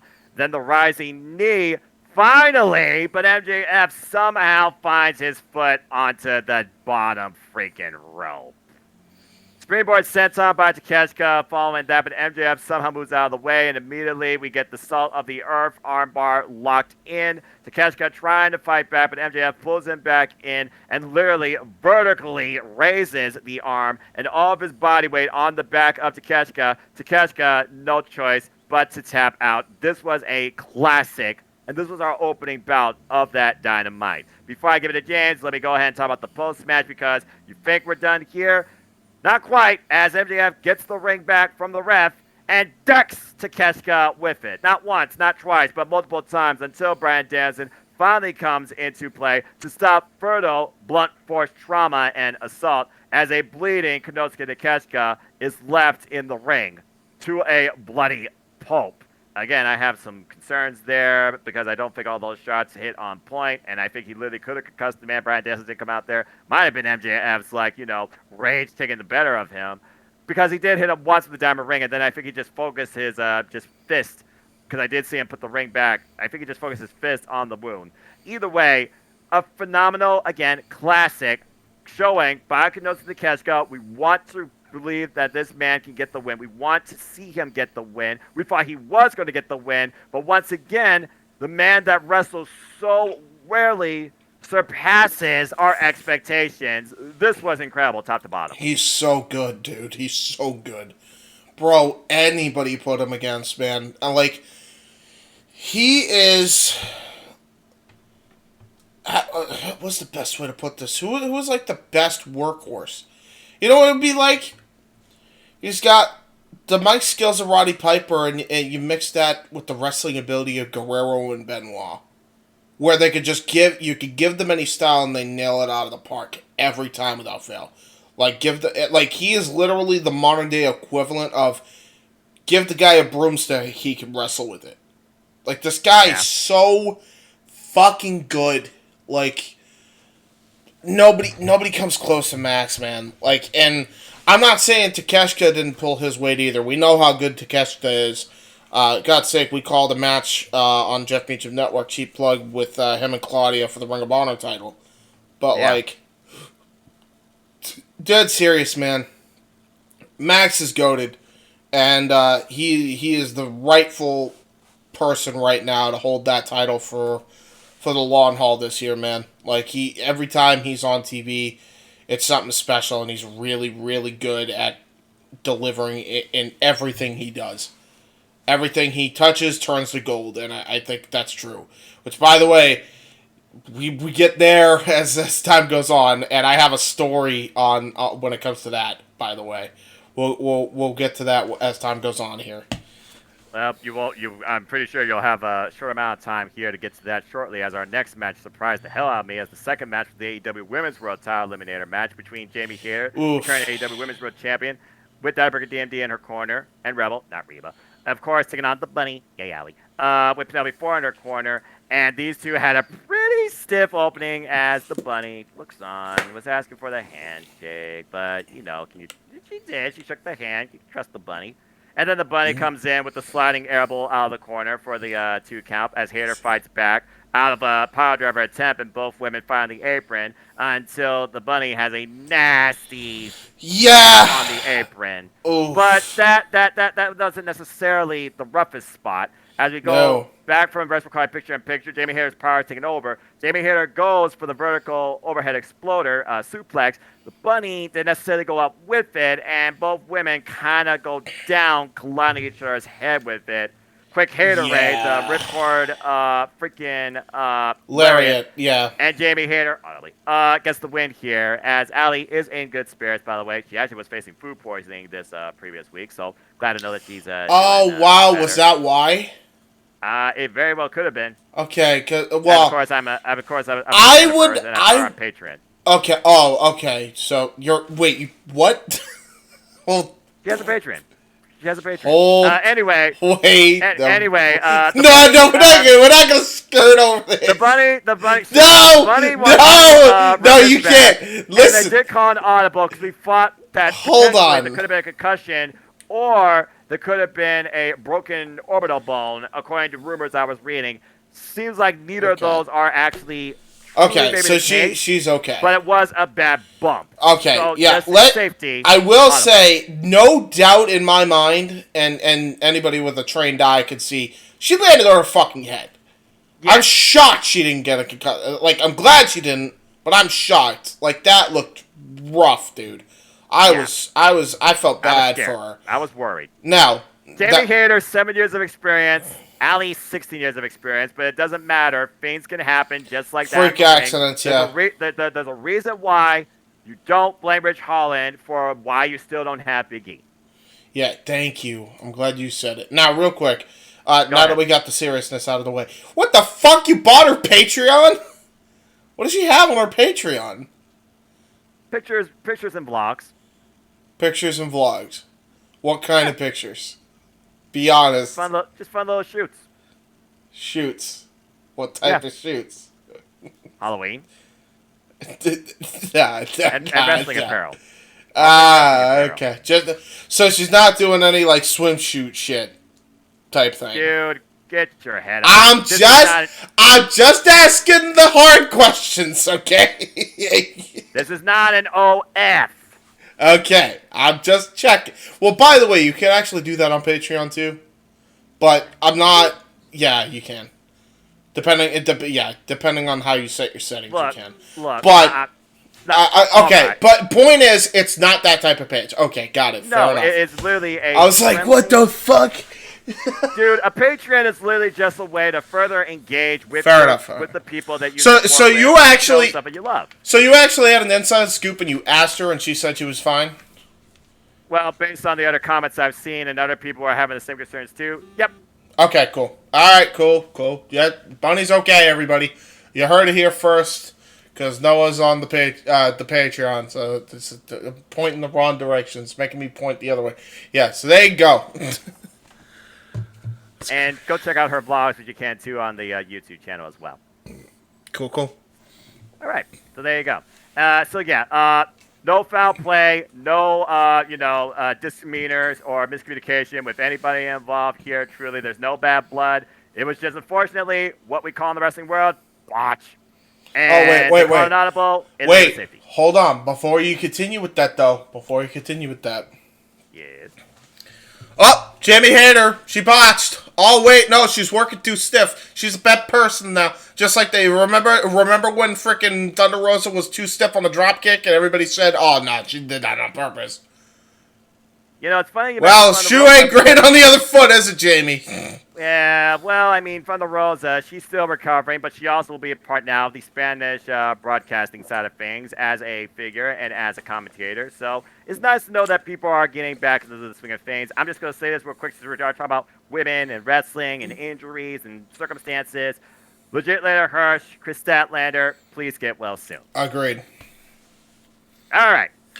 As we move on from there, it was time to see if we're going to get absolute resolve in the Triple G. Let me get this right. Garcia Guevara Gauntlet. Not the Guevara Garcia Gauntlet. It's The literally Triple G. alphabetically. Just call Yes. it the Triple G. I don't think people understand what Triple G means in AEW. Just saying. They'll probably like, wait, is that a trio? It's the Garcia Guevara Gauntlet. We are gonna call it the Triple G because otherwise we are gonna butcher the fuck out of this. And it is also Noah's tired, I'm tired, and we don't got time for that. Fair enough. Well, again, we did spend 90 minutes talking about just the prospects of rising talent. So Yeah, exactly. Ricky Starks is not a rising talent. Ricky Starks is the and a talent of now. He is himself. He is what he is. Period. But unfortunately, shenanigans. Angelo Parker got Rochambeau immediately, but then Parker gouges the eyes and then gets caught with a spear as Ricky Starks, ding, one down. Then he goes to Matt Menard. Matt Menard literally comes in there. There's a roll up. Starks reverses and then literally rolls up Matt Menard for the 3. Ding. There's 2. So we hear music, right? We're wondering who's next, okay? So it's Ricky Starks versus Daniel Garcia, and it's the classic Daniel Garcia music. It feels good to get your head in. But then Guevara comes in from behind, and both men circle him. And we're wondering what's going to happen here because the bell didn't technically ring. Because, again, it's a gauntlet match. So they take advantage 2-on-1 for the going. And then Garcia basically faces Ricky Starks 1-on-1. And this was a good one-on-one exhibition of maybe something more to come, especially with what's being booked this week, but I digress. Garcia follows up with a springboard after the running back elbow, lands on his feet, boots Starks in the face. DDT by Starks, though, gets a 2 count. Nearly got in here, but again, we get a guillotine choke. But after he catches him from an attempted spear, by the way, how does Garcia and Kyle O'Reilly do that type of stuff with people that are just charging at them? I'll never know. Yeah, right. Kyle O'Reilly get well soon, too. Agreed. Both men fight to their feet, meet at the top turnbuckle. Garcia is able, though, to hit the superplex. Then Starks rolls through somehow into, hey, Masha, I guess you're not the only one that smashes people. A snowplow, still only a 2 count. Both men on the apron exchanging, and then a big boot by Garcia. Back Starks off for the moment until he gets speared out of his boots or leather tights. And then Starks makes his way back to his feet, but then a random fan comes in with a Judas effect from the front damn row behind the referee's back. And Daniel Garcia gets the win. This is a clean elbow, by the way. It was really good. Yeah. I couldn't believe that it. was pinpoint Bro, on the button. He just came in and fucking lollipoped him in the fucking face. I was like, what the fuck?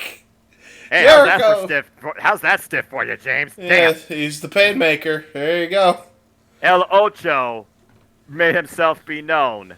El Super Ocho, Chris Jericho.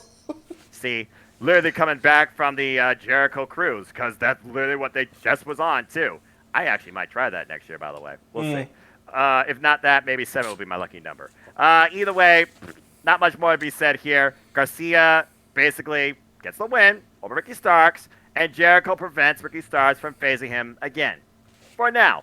But the bottom line, Ricky Starks and the JS are not done with each other, it seems, by a long shot. No, not at all. And you know what? I'm starting to wonder, okay, when's the Revolution match?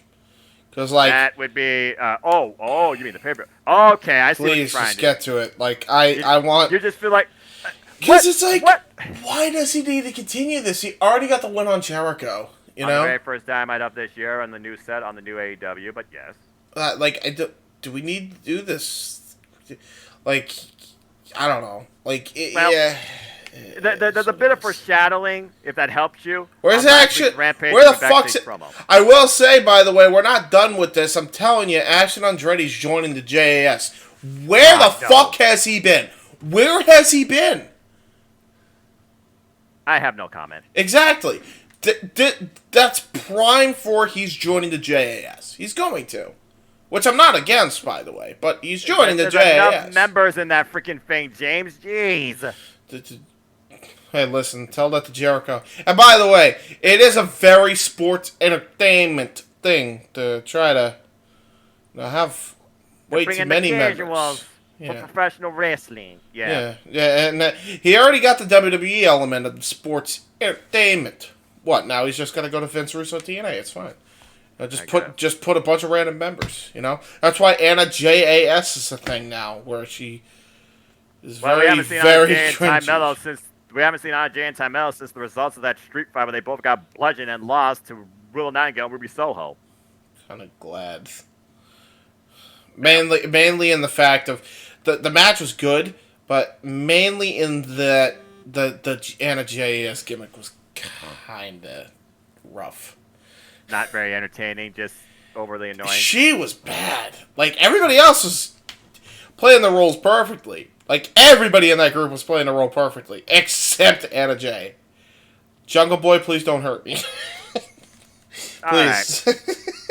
Well, I'll tell you one thing. Somebody got hurt during this. We go backstage where Renee Paquette's in the medical room with Bryan Danielson and Hiroshi Takeshita and tries to get the thoughts on the upcoming Roosh match as the open door is slammed shut. And we basically hear Good Luck Peril, as it seems MJF boarded up the door as Bruce's music plays and MJF's music hits after Roosh's, as it seems MJF says, Brian is unable to get down here, Aubrey, so why don't you ring the bell as part of the rule hold on, and count the 10. Before we even get to that part, yes, that did happen. This is the point of the show we need to be on, but we're forgetting about one crucial MJF promo. Oh, you're right. And that was before the freaking thing. So why don't you go ahead and talk about this promo since it's not a match. As MJF sits with Lexi Nair to tell a story. Lexi Nair goes into MJF's locker room. He tells her, hey, sweet cheeks, sit down. Typical MJF being a misogynistic pig. Right? With bloody bandaged hands. Yes. And he goes on this tirade. He goes on this story. And he said, let me take you back, Daniel said. I want to show you the type of man that I am. Because you seem to have a lot of misconceptions and presumptions of me. Let me just set the record straight, okay? Back in the day, there was this perfect 10 that I used to go out with. For the purposes of this, let's just call her Liv, right? So I'm dating Liv, and Liv is giving me a little while I'm going into fifth gear on the highway, right? Now, mind you, I have already 4 things for driving. Violations. And he was, I was gonna get my license revoked if I even get one more. So I'm a speed demon, and I'm going as fast as I can. Problem is, it's raining. And it's slick, and it's slippery roads. And so, I go alpining, and I skid, and I go right into a telephone pole. The woman that was giving me the best blowjob of my life, she's... Damn it! You gotta say the actual word. That's basically what he said, let's not even kidding. She's down on the dashboard, and I was scared, because she was unconscious. I was scared to death. Then I go and feel her breathing, thank God, from the nose, she's okay. But then I see police sirens, and in that moment, Danielson, I knew what type of man I was. So what I did was, I swapped seats with her and made sure she was the one who looked like she was the one who careened into that telephone pole. You see, Daniel? You see, Danielson? That's the type of man I am! I'm a winner! Winners win! And I'm like, holy fuck. He's basically saying that because he's a douchebag, he's the ultimate number one, and Danielson's too nice. Like, fuck, okay, well, wow. Again, record books, he said bluntly, there's not an asterisk. There are winners, there are losers, and I am a winner, and this proves it. And this proves that I'm better than you, because you will not do what it takes to beat me for this, and you will not make it to March 5th. As Excalibur, sudden realization, apparently, is an absolute officially scumbagged. Bro. Yeah, you just realized that? Real quick. So here's the little update to this, because apparently there is aftermath to this, believe it or not, okay? Oh, There is I saw the legitimate article. aftermath to this. So Wow, man. there are some people, man, that will take wrestling to be real to the grave, man, because Yep. 300 police phone calls were sent to 911, to which they actually went and full on investigated it for a little bit, to which AEW had to nip in the bud immediately, I think, just to quell the noise down. And the police are like, we're pretty sure this is just a fictional wrestling angle. I think we're okay. And by the way, he got this shit from a movie. He actually got this shit from a movie. It was a plot point in the movie. So I figured it's like, yeah. you know, he didn't actually do it. Everyone, I went out okay. with this dame. I went out with this dame one night, and I made sure that she was the one that took the punishment. It just sounds like literally a TV spot. When I heard the story, I was like, yeah, I can see this in a movie or a TV or sitcom. Yeah. My after prom night. Bop, bop, bop, bop, bop. Yeah. Well, again, MJF. Whoa. Bro, that is how polarizing and compelling the delivery of this man can be, and that is a quality you cannot. And that is a quality you do not have by inherency. That is a quality you learn, you craft, and you practice and own. And I think Lord William Regal had a huge help in doing that. Yeah. Well, not for nothing, but I think Max had this in him anyway. But I mean, yeah, it doesn't help to learn that shit from Regal while he's there, probably. Well, also when Regal blew him off, for all we know, again, was the story. Let's be real. Max had this after he fucking pulled that bullshit with Punk before Revolution. Bar none. Like we knew he had that vicious streak. We knew how good Max was at that point on. Like we knew just Max was good. We didn't know how good. Let's be honest. Again, like we said in Ring, we don't know truly what MJF is capable of. And we're gonna find out a lot more to come, thanks to what happened here with this match. Because as we were counting, and he was tyranning Aubrey Edwards, who he believes was counting super slowly. Bryan Danielson literally busted the door down, and we find Pedro Grossa and Jose the assistant trying to hold him back. But then Konosuke explodes, literally tells him to go. Bryan Danielson storms down to the ring, busted shoulder still, might I add, and we do get the match one-on-one as MJF runs as like a little chicken bleep, but does join the commentary as he makes it for the count of 7. Bell Reigns, we are underway, and to say that this match was furious and violent would be a polite understatement. Bro, they fucked each other up. Oh my god. Like this, bro, Max and Danielson had like I just want to put this in perspective. They had 5-star matches on Dynamite! 2 different type of opponents, dude. James, I'm just going to put this in perspective. How many times do we say that AEW Dynamite feels like a pay-per-view more often than not? Yeah, bro, but I say that because if they could have 5-star matches on Dynamite, bro, like, imagine what the fuck Max and MJF, or I'm sorry, Max and Danielson are gonna do with the pay-per-view. Because, spoiler alert, folks, he did it. He beat the gauntlet. This was the final opponent. It was the day. It was February 8th. But let's go ahead and talk about how we got there, because it sure as hell was not a cakewalk. No, it wasn't.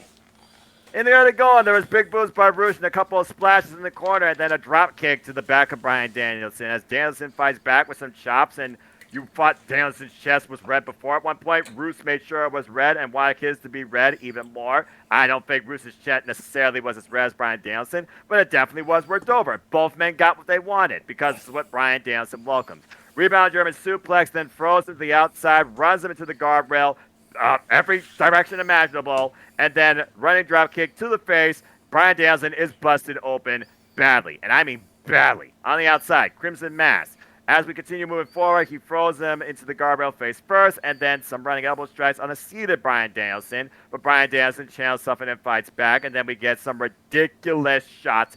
I mean, big Wale-level shots by both men. Danielson drops Roos and then charges at him, only to be sent flying off the apron with an overhead bloodbath suplex. Shades of what happened with him and Dragon Lee at the Ring of Honor pay-per-view. How about that callback for you? Mm-hmm. But what's also crazy here, the blood flew off Danielson's face into the freaking camera lens as he landed on the floor. Ugh. And we continue going forward. We get a drink. Rouge gets a drink here. By the way, MJF's having the time of his life on commentary at the expense of Tony Schiavone and Excalibur White Tash just going along with it. These four together. Good Lord Almighty. Back in the ring, Tony Schiavone wanted to absolutely annihilate him. There's going to be a point where Tony Schiavone is going to no longer have to worry about being corporate. Just saying. No, he's too old. I'm just saying. He's not going to do that. Anyway. No, he'll punch him. He punched him. What do you mean? Tony Schiavone is a professional. Okay? Hey, listen, his son's... Hey, listen, you could still have the match with his son. I'm just saying. Tony Schiavone can punch him, and then you could set up a match between Max and his son. I'm just saying. I suppose that's true. I won't deny that. Tease on the Bull's horns, and of course, don't get it. Cheap shot, and then tranquilo. And then a quick arm drag into the bell up. Bruce finally gets the rope, rolls to the outside. Then a suicide dive as Danielson, the dragon flies. And at one point, we have Danielson throwing Bruce to the corner of the outside. Hits a brutal running drop kick to the face. Blood is just going everywhere, except on coming from Bruce's body. And then, of course, the shoulder comes into play as, of course, he still is nursing, protecting that shoulder, if you can call it that.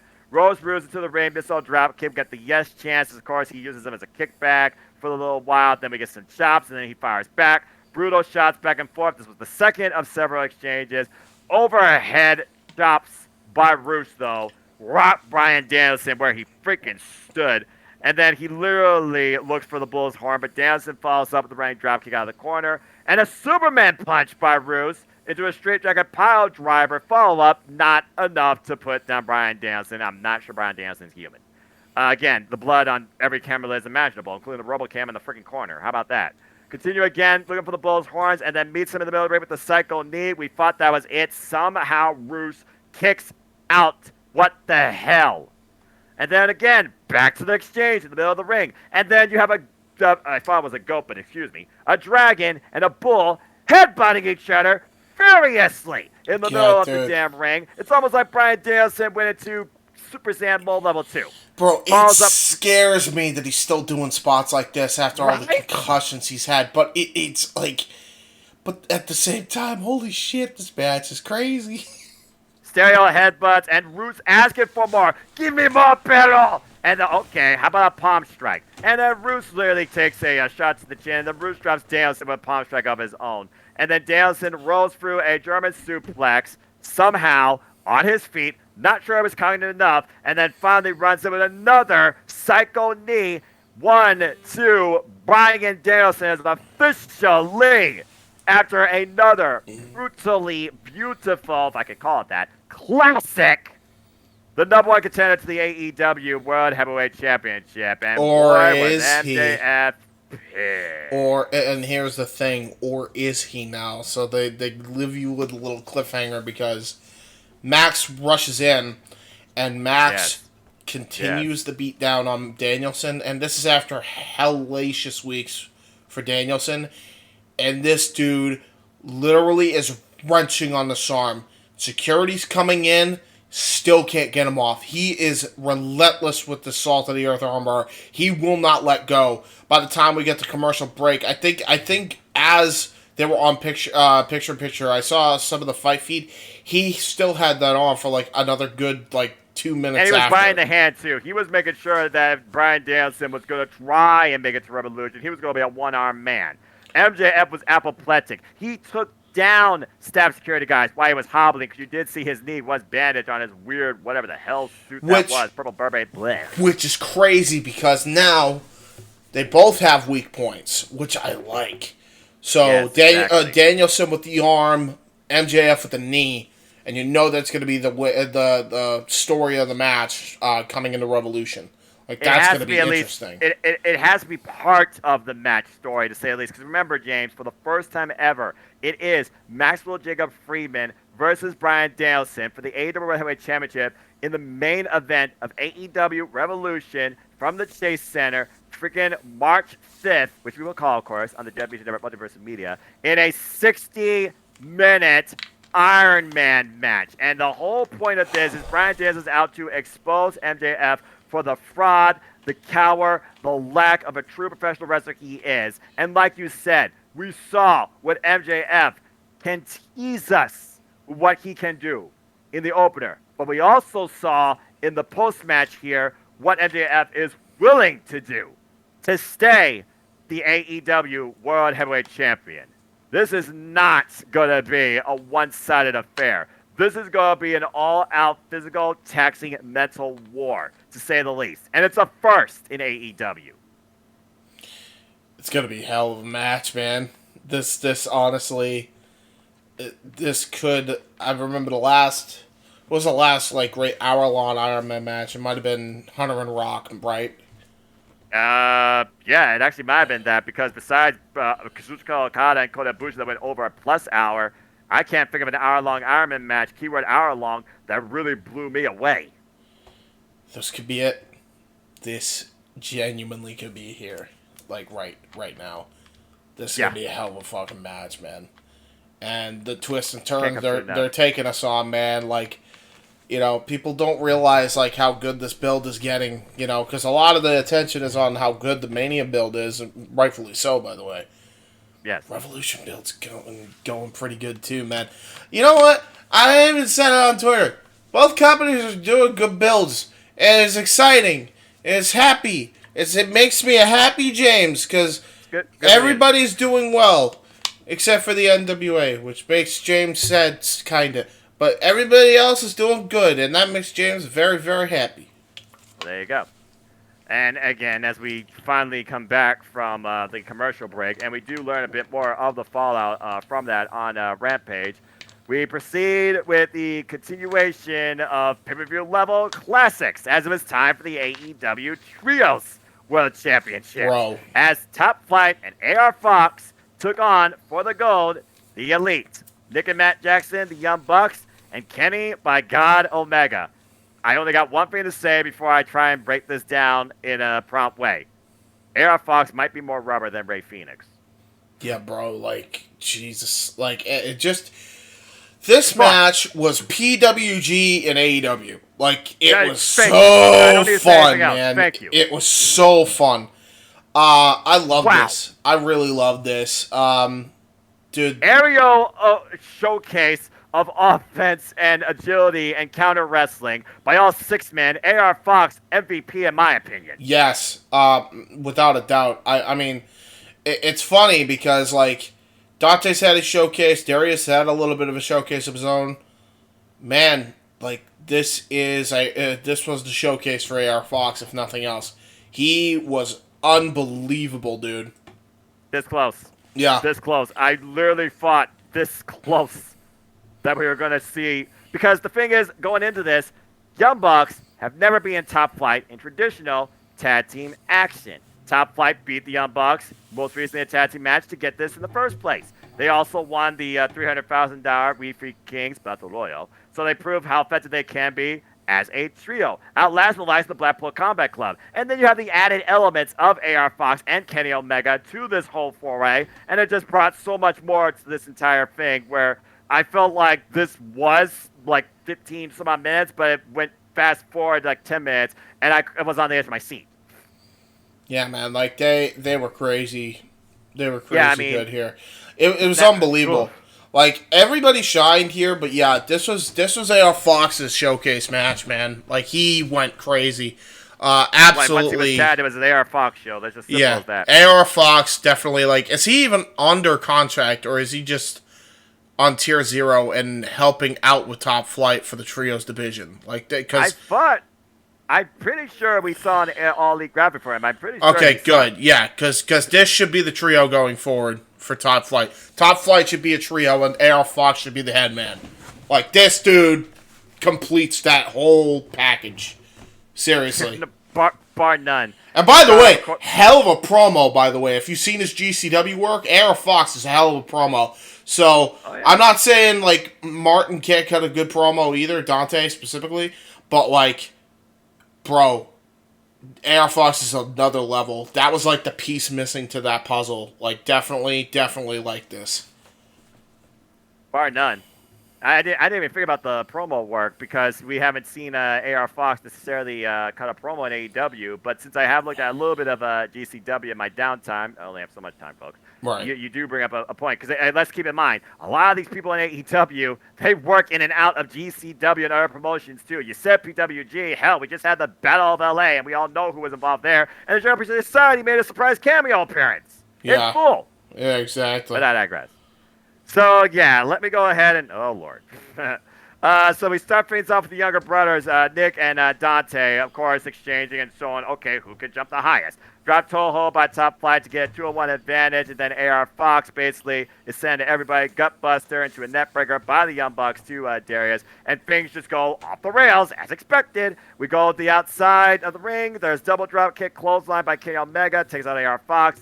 Things really changed here with the dynamic of Kenny Omega and AR Fox came into play. Omega with some heavy chops to Darius, then a triple team drop kick in the corner, and the Elite were taking control. Backbreaker by Omega gets a 2 count. As things kept going from there, we see the Elite do what they do best, cut off the ring and show why they are the Elite for a freaking reason. Yes. Matt teases a super kick to Darius, but then hits Dante instead, so Dante was completely taken off guard there. Dante, not the legal man. Dante plants Matt, though, for a Spanish fly. Fox with a rolling snapmare into a cutter. Good Lord Almighty. Reverse rolling cutter to Matt, and one more to Nick, as Fox took on the Elite 3-on-1 countless times this match. He was the MVP. He was the difference maker. He was the player. Plunger by Fox, Nick and Matt on one side of the ring, and then goes over and does the same thing to Omega on the opposite side of the ring. What the hell? The cardio. And then somersault senton to the Bucks allows Fox to take out Omega with the senton atomic off the top. Freaking reversing his momentum. And then, again, Dante and Nick are right now legal men. Jawbreaker, though, by Nick. Gets the short into the control. T-Harris by Dante to Matt, but Matt catches him. Locomotion, Northern Light German suplexes, and then pulls off the double with the constantly compromised back of Matt Jackson. I still don't know how he freaking does this. Okay, just to put that out there. And then at one point to Darius, and then Fox rolls up Dante 2 count. Excuse me, Darius and Fox rolling up Dante for the 2 count. Elevated double team tornado DDT by Top Flight to Nick, and then here's the thing. Let me get this right. Cannonball reverse motion, taking out everybody on the outside. That is freaking ridiculous, dude. By AR Fox. Then the nosedive by Top Flight to Nick Jackson, and I thought we were going to have new trios champions with the 450 fall by AR Fox, but it was not, as Omega made the save. AR Fox, still legal man, tries to set up Nick on the top turnbuckle, looks for a Spanish fly, but Omega catches him with an elevated Snapdragon suplex. Jesus Christ. Yeah, dude. Elevated this right, because he did it from Brett's rope, and he just necked him, bro. It was disgusting. Disgusting. The way that looked, I thought for sure he broke the man. Oh my gosh, I thought we were going to need a freaking neck brace. Meanwhile, incredible still if that is the case. Yeah, right. Springboard Lariat by Dante to Omega. Boot and a bottom rope assisted flatliner to Dante, though. Super kick party came into play finally, as, of course, typical Young Buck thing, by Matt and a standing sliced bread to Dante. Then triple team Indie Taker to AR Fox, but Top Flight breaks it up before they can execute it, and then a springboard moonsault by Nick to Top Flight as Omega looks for the V-trigger, but Fox, and he was able to hit it. Dr. Bomb, but still not enough to bring down AR Fox. What a fucking Dr. Bomb, by the way. Holy shit. I couldn't believe how perfect Omega hit this shit, man. Oh my god. It's Kenny Omega, James! Yeah, but I mean, bro, if there was any doubt, the best bout machine's back. Here it is. I mean, living proof. Dude just said... I don't know if he hits the Dr. Bomb often. I know he's hit it a few times, man, but... This is the perfect as I've ever seen him hit a fucking I usually bomb. see him hit the Tiger Driver more often than this, but yeah, that was a perfect doctor bomb there. Yeah, JR was grinning from ear to ear, I'm sure, after that one. He had to have been fucking smiling like a Cheshire cat. I mean, he wants to ask like Scott was doing between a doctor bomb and a Liger bomb. Just saying. Actually, no. I just realized he can't smile like for medical reasons. He was in spirit, though. He was in exactly, spirit. And that's what keeps JR going, and me as a fan, as my little JR right here. Meanwhile, 2 count, like I said, and then bang, V trigger to AR Fox. Finally, One Wing Angel, but Fox counters with a roll up, nearly catches him off guard. And then goes for an Enziguri, and then with a crucifix for a 2 count, and then Fox still kicks out. At this point, Kenny Omega and AR Fox, they're not going for finishers. They're just going for a simple wrestling maneuver. And believe it or not, that is really shows the caliber of James would talk about this trio, because Omega held on, rolled up his shoulders, and another crucifix, a firm crucifix. I say the Elite escaped. But the Elite are still the AEW World Trios Champions. It didn't take BTE Trigger. It didn't take a One Wing Angel. It took a wrestling move. Resourceful wrestling for Kenny Omega to pin AR Fox down for a 3 count. A crucifix was the difference here. Pure, unbelievable Trios Division chaos at its finest. What a freaking match. I gotta tell you, honestly, they could run this back on Revolution, and I wouldn't even be mad about it. Me neither. I wouldn't be mad. Because I don't know what they're going to do. Because you got the House of Black preoccupied with the whole Santana-Ortiz thing, which I think is leading into a program between what's ultimately going to be Proud and Powerful, the trio, versus House of Black, right? That's it. That's if Santana shows up. I'm just saying. But I think it's slowly going to, because... Okay. I'm not saying they're going to win the trios titles, but I think they're going to at least get a victory of the House of Black. Because I think House of Black got to wait a little longer before they could get the titles. Probably all out. But I think that there's more history with the Elite taking on Proud and Powerful. There is a lot more history, actually, with those specific 6 men. You know, so I would fight forever. Indeed, you could probably run this back 7 times, and you still would be literally flipping a coin to see who comes out on top. This was This was insane. A 3rd classic on this incredible night. Yes. This was insane. Yeah, another 5-star. I mean, that's all this. That's all this show was, man. Like, you had 3 5-star matches. It was done. Like the show could have ended here, and it would have been. It was done. Did. But you know what? I liked how they ended it, though. I did like how they ended it. To be fair, as I did forget to talk about at the very beginning, this was a special Dynamite. Believe it or not, all Dynamites are special, but again, it's a Fiend-based night because it was not only a Dynamite, the last all world champions were on the card. Championship fight night. Yes. So there you go. 4 champions were showcased. All world champions. All world champions. Yep. Yeah. So there you go. Exactly. Speaking of which, we have our AEW World Tag Team Championship match here now, as the Acclaimed came in to El Paso, and who knew that Max Caster knew Spanglish? And they took on the Gun Club, the Guns as they're now known, even though they're still chanted as Ass Boys. After their, of course, Don DeMarco, and stay tuned for that, folks, intro. And again, Daddy Ass was in the back, as he said he would be also earlier. This match was just personal on all fronts. Yeah. And more so a point to prove to 2 sons that felt, I'm just going to put it out there, shafted. So they came out to try and prove that case. Early going, we have Colton and Caster kick feints off here, so exchange, and then the Guns get dumped to the outside. Caster follows up the plancha. As Caster follows Austin into the ring, but Colton sweeps Caster's leg out from underneath him. Caster's isolated in the corner. There's a rising knee clothesline combination by the Gun Club for a 2 count, isolating him away from Anthony Bowens, which surprised me because I feel Bowens is more damaged goods, especially his knees. Meanwhile, Colton looks for a splash in the corner, misses, lands on the outside, allowing Caster to finally bring in Bowens. Bowens with the hot tag, as again they remind us, everyone loves the Acclaimed! And, of course, you can't scissor because Daddy's ass isn't out there. Anyway, don't get weird. It already got weird. It happened. I did it. Damn it.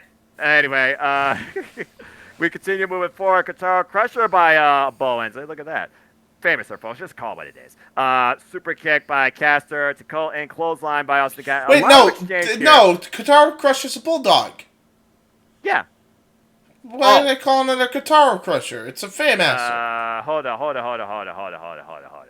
Yeah, Katara Crusher is the I don't know, botch. It's bulldog. Yeah, because Katara Bowens got that 2 count. I thought it was famous because again, daddy ass. Dun. I have to go back and look at the clip. Anyway, 2 count, not enough. Super kick by Caster, clothesline combination, then by Austin to Caster. Then Austin and Bowens to each other. All 4 men are down as we finally, of course, get back into play here.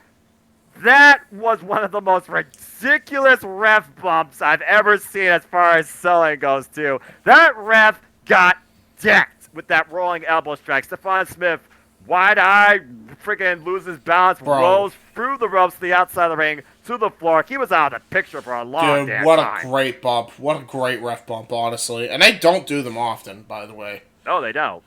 And then we get the quick draw, which is the finisher on Bowens, but still not enough. And they know that the ref's not here, so what do? Austin goes after the title. Even though he said he wasn't getting involved, here comes Billy Gunn, daddy ass himself. And here's the thing. Austin goes to hit Bowens with the belt. And you think that, again, DX for life, 2 words for you, my sons, forget them blood, rock, beat, scissors. Psych!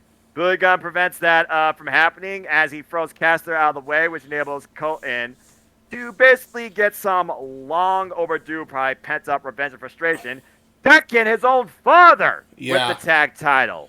Which from behind with the other belt. Damn! Which is crazy because it's almost like he didn't want to even do it. He smashed him in the head, and either one or 2 things happened. Either it wasn't supposed to happen, or it was supposed to happen, and Billy Gunn shoved him out of the way on purpose to protect him, and Billy Gunn didn't have the intention of hitting his dad still. He didn't want to hit his dad. I like the drama here. I do. Again, it's second generational rising wrestlers, family put in the business, father and sons. The sons took out the father, and how many times have we heard that in wrestling? Just saying. Or how many times does a kid want to be out of their father's shell, or make them proud, or just makes them want to pay attention to them? Well, this certainly woke up the Acclaim after they saw Daddy Ass was down and out. They came in like a bat out of hell, hit the Arrival mic drop combination, finally get the ref in the ring, slowest 2 count I've ever seen. Still not enough. And then Colton comes back into play, throws Caster into the guardrail, breaks up the pin, then Bowens looks for the rope on Austin, then Austin with the attempted counter roll-up, throws him in there, and then Austin is shoved into the ropes, behind the ref's back, who's still semi-conscious. Belt shot by Colton Gunn right into Ebony Bowens' face, and then the roll-up after that, ref suddenly counts 3. Ladies and gentlemen, the Acclaimed have been dethroned. And we have new AEW World Tag Team Champions, the Gun Club. And that whole place was an absolute shock. Nuclear heat. Great heat. Honest to God. This was... The fans were chanting bullshit. It was good. It was really good booking. And, this is the way you go about it, man. And, the bullshit ain't gonna stop here, by the way. I'm telling you. May not happen here. Fallout. There's gonna be Fallout. Revolution, I'm telling you. I still maintain the prediction. Daddy Ass is gonna be Daddy Ass no more. He's going back to his DX ways. I'm telling you. It's turning. We'll see how right. We'll see how right you are, but that was Dynamite again. Another pay-per-view worthy level show. Some would say you only needed, like James said, the first 90 some odd minutes. That last, but on Championship Fight Night, you had to expect something had to either be set up or some title had to give. There were 2 actual title matches, but 4 champions were showcased. The other 2 champions could have had future challengers, and I still think the Bunny and Jamie Hayter is a match to come. Just saying. But overall, this was an incredible show. This is a great show. I really want to point out, put it in perspective as well. Go ahead. Think about the champions that are on the show. Think about the challengers that were on the show.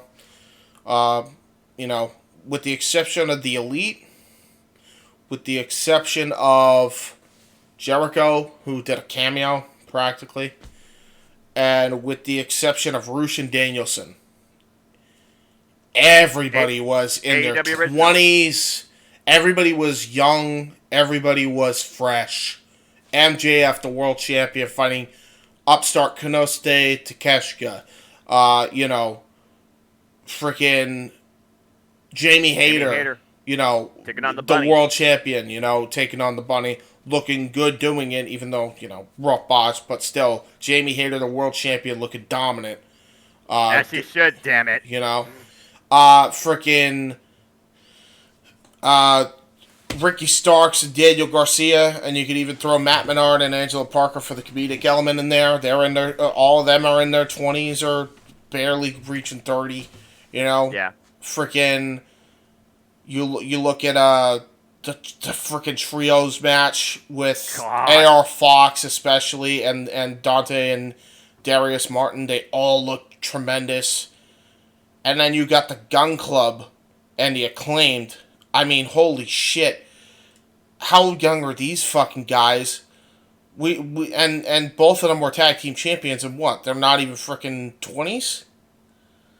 They might be just 20, if that. Like, when Tony gets them when they're at their freaking prime and he can make a story make sense, man. There ain't a better youth movement right now in wrestling than AEW.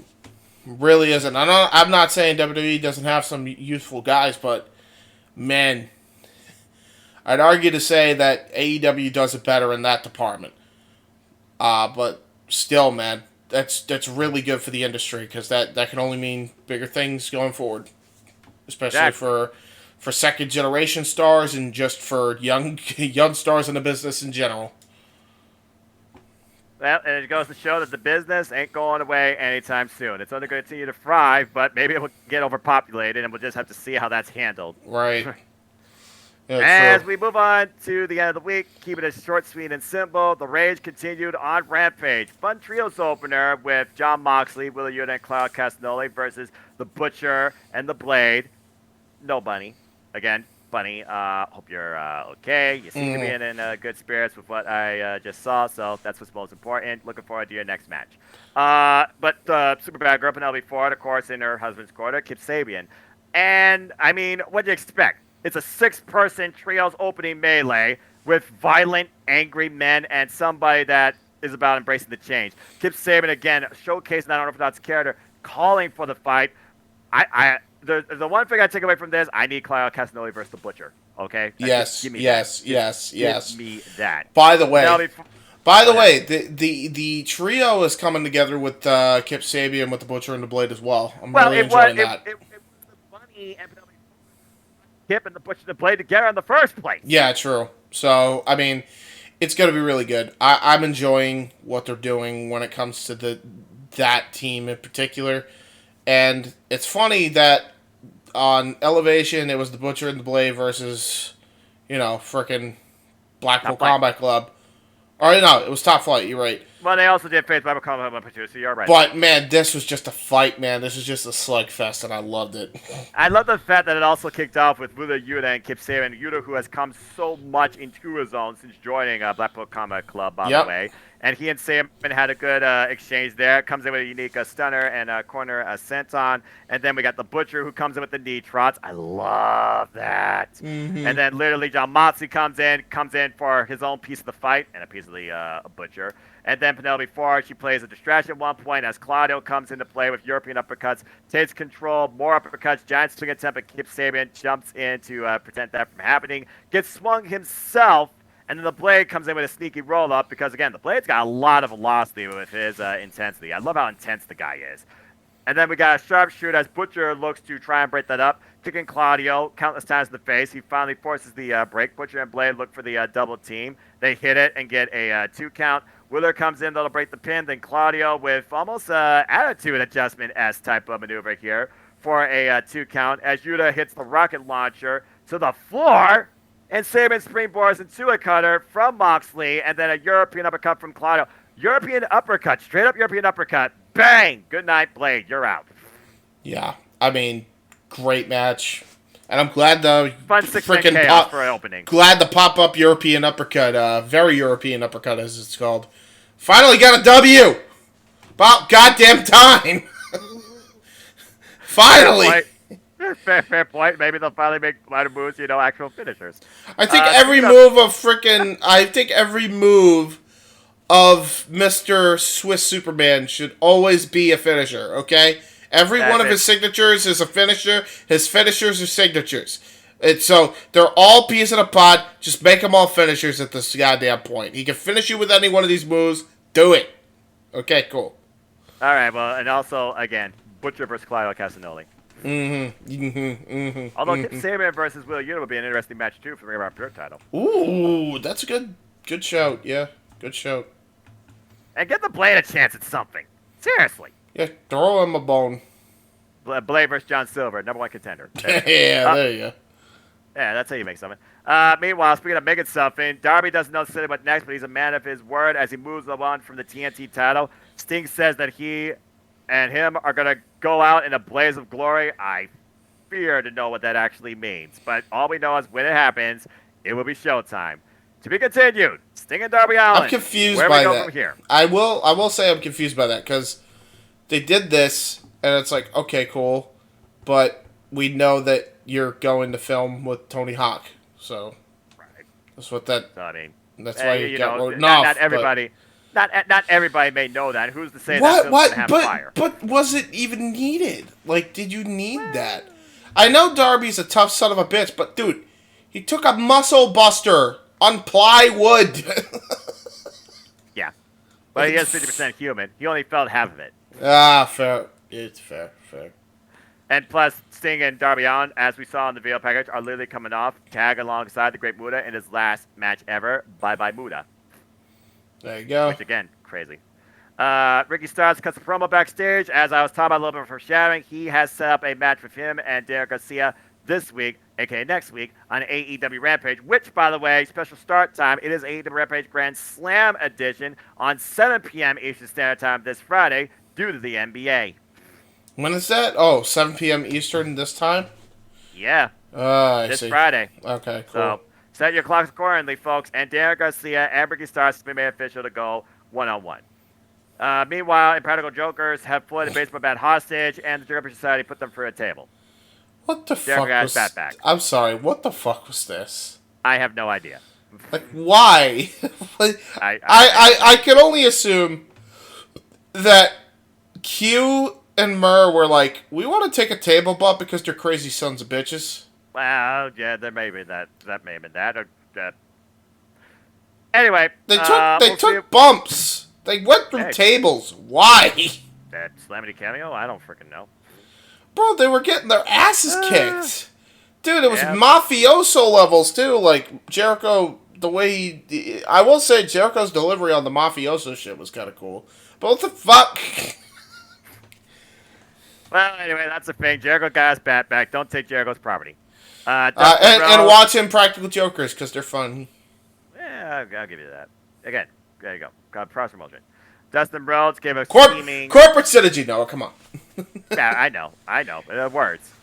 Dustin Rhodes gave a passionate promo regarding Swerve Strickland that I've been through everything possible longer than you've been alive, and I will not take you attacking my family, and you and your goon squad can come after me if you want, but you can't keep me down.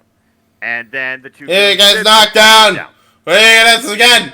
You're never gonna keep him down. Sorry. There you go. Anyway. Meanwhile, he gets attacked by Swerve's fools, and Swerve and Rhodes is made official for this week's Rampage. Happy Black History Month. Oh my god. Bro, that delivery of that line was ridiculous, bro. He's just fucking... He's a menace. Swerve's a menace. Yeah, he is. I'm sorry. This whole idea, by the way, of this group is finally starting to grow on me. I will say. I don't know why. He was like, what's the 3 triangles stand for in the middle? Doritos? I like Doritos. Oh my god! Yeah, what a weird ass promo. Bro. It was really good. He was really good. It was really delivered with vitriol, too. Yes. But I like Doritos. I like Doritos, but I don't like you. And he said it with such disdain, dude. I couldn't believe it. Natural. 50 years. 50 years. Oh my god, gosh. dude. I've never. I died. I died. I was on the bed. I was watching it here, just on this monitor. I died. I doubled over off my fucking bed. I had to rewind to see the beatdown. It was unbelievable. I was really like, okay, Dustin really likes Doritos and really hates Sora Strickland. Got it. When are we gonna get the Doritos Locos Taco on a pole match? Bro, it's different. We'll see what happens, bro. Oh my god. Okay. I'm trying to freaking get back on track here. Well, before we get back on track, there's only one correct answer: Nacho or Cool Ranch for the Locos Taco. Nacho. Yeah, exactly. Okay, cool. We're on the same page. All right. Oh my gosh. I'm always gonna be a Lay's guy though. That's just me. A Lay's mundane taco instead of a Locos Taco. Oh, that's the taco shell. You know, the regular taco exactly. shell. There you go. Are you kidding me? I put Lay's chips in my freaking nachos sometimes. There you go. Hey, that's actually not a bad idea. Yeah. It's a different texture. Yeah. Okay, what the hell just happened? Well, we interrupt this program of AEW Spark to break you the Food Network.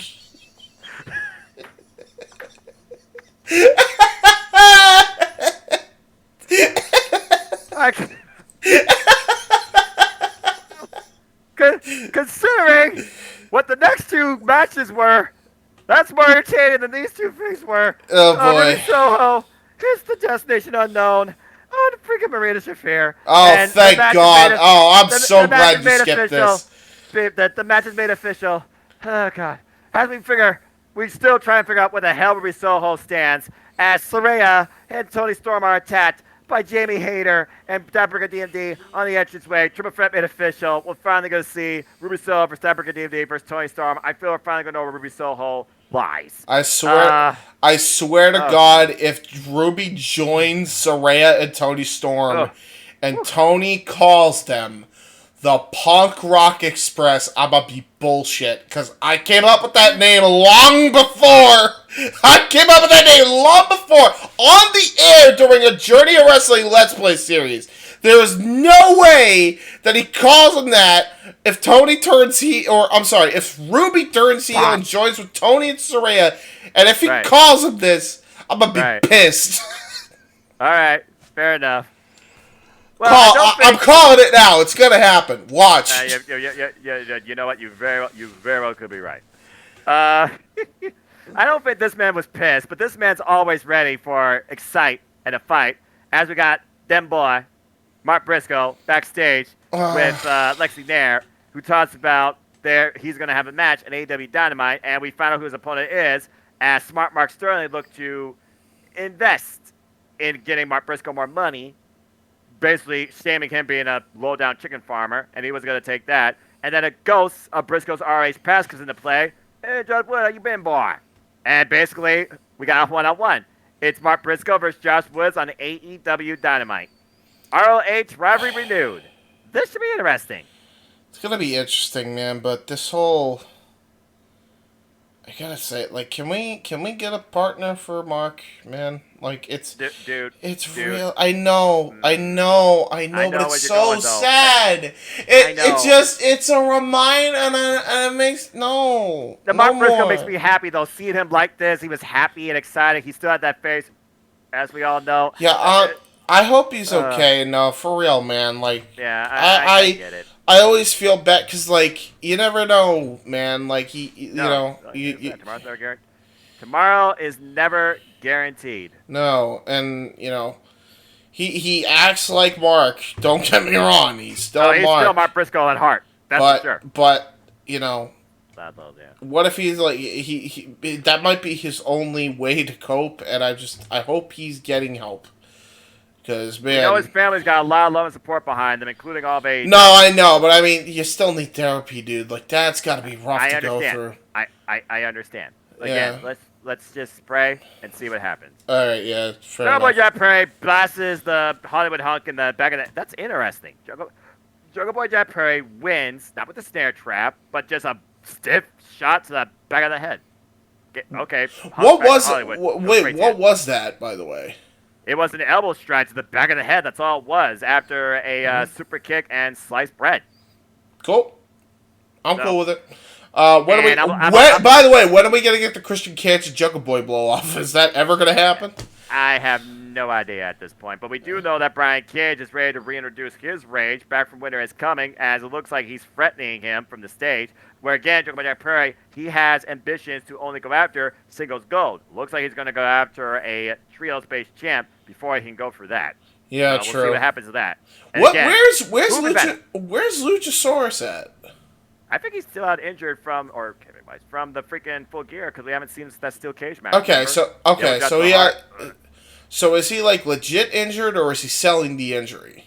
I like to think that he's selling the injury. I don't know. Again, I don't follow news, dirt sheets, or reports or anything like that. So, if someone wants to give an injury update on Luchasaurus, feel free to. Comments. There you go. Speaking of updates, Ortiz cut a promo backstage saying, Eddie Kingston, I'm not going to let you be a mortar for the House of Black. And if getting through you means I have to literally go through you, then so be it. But also remember, Darby Allin did say that, Ortiz, I owe you one anytime. So, James, it might be on point, but it might be a different direction. And Darby Allin versus Eddie Kingston sounds like an interesting match to me. But anyway, we'll see what happens if the house always wins. It looks like Ortiz and Eddie Kingston are going to eventually come physical one-on-one. Stay tuned. I'm cool with it.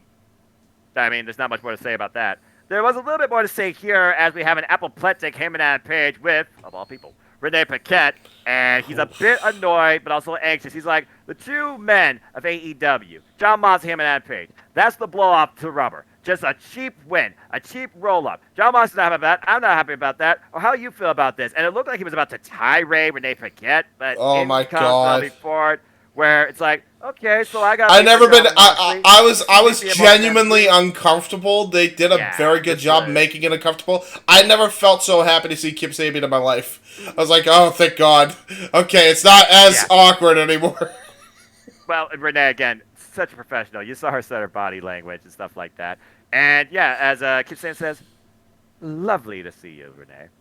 And it was made official as Kip Sabian will take on Heyman Page one-on-one. But before that is a weird purse, by the way, that looks like a phone.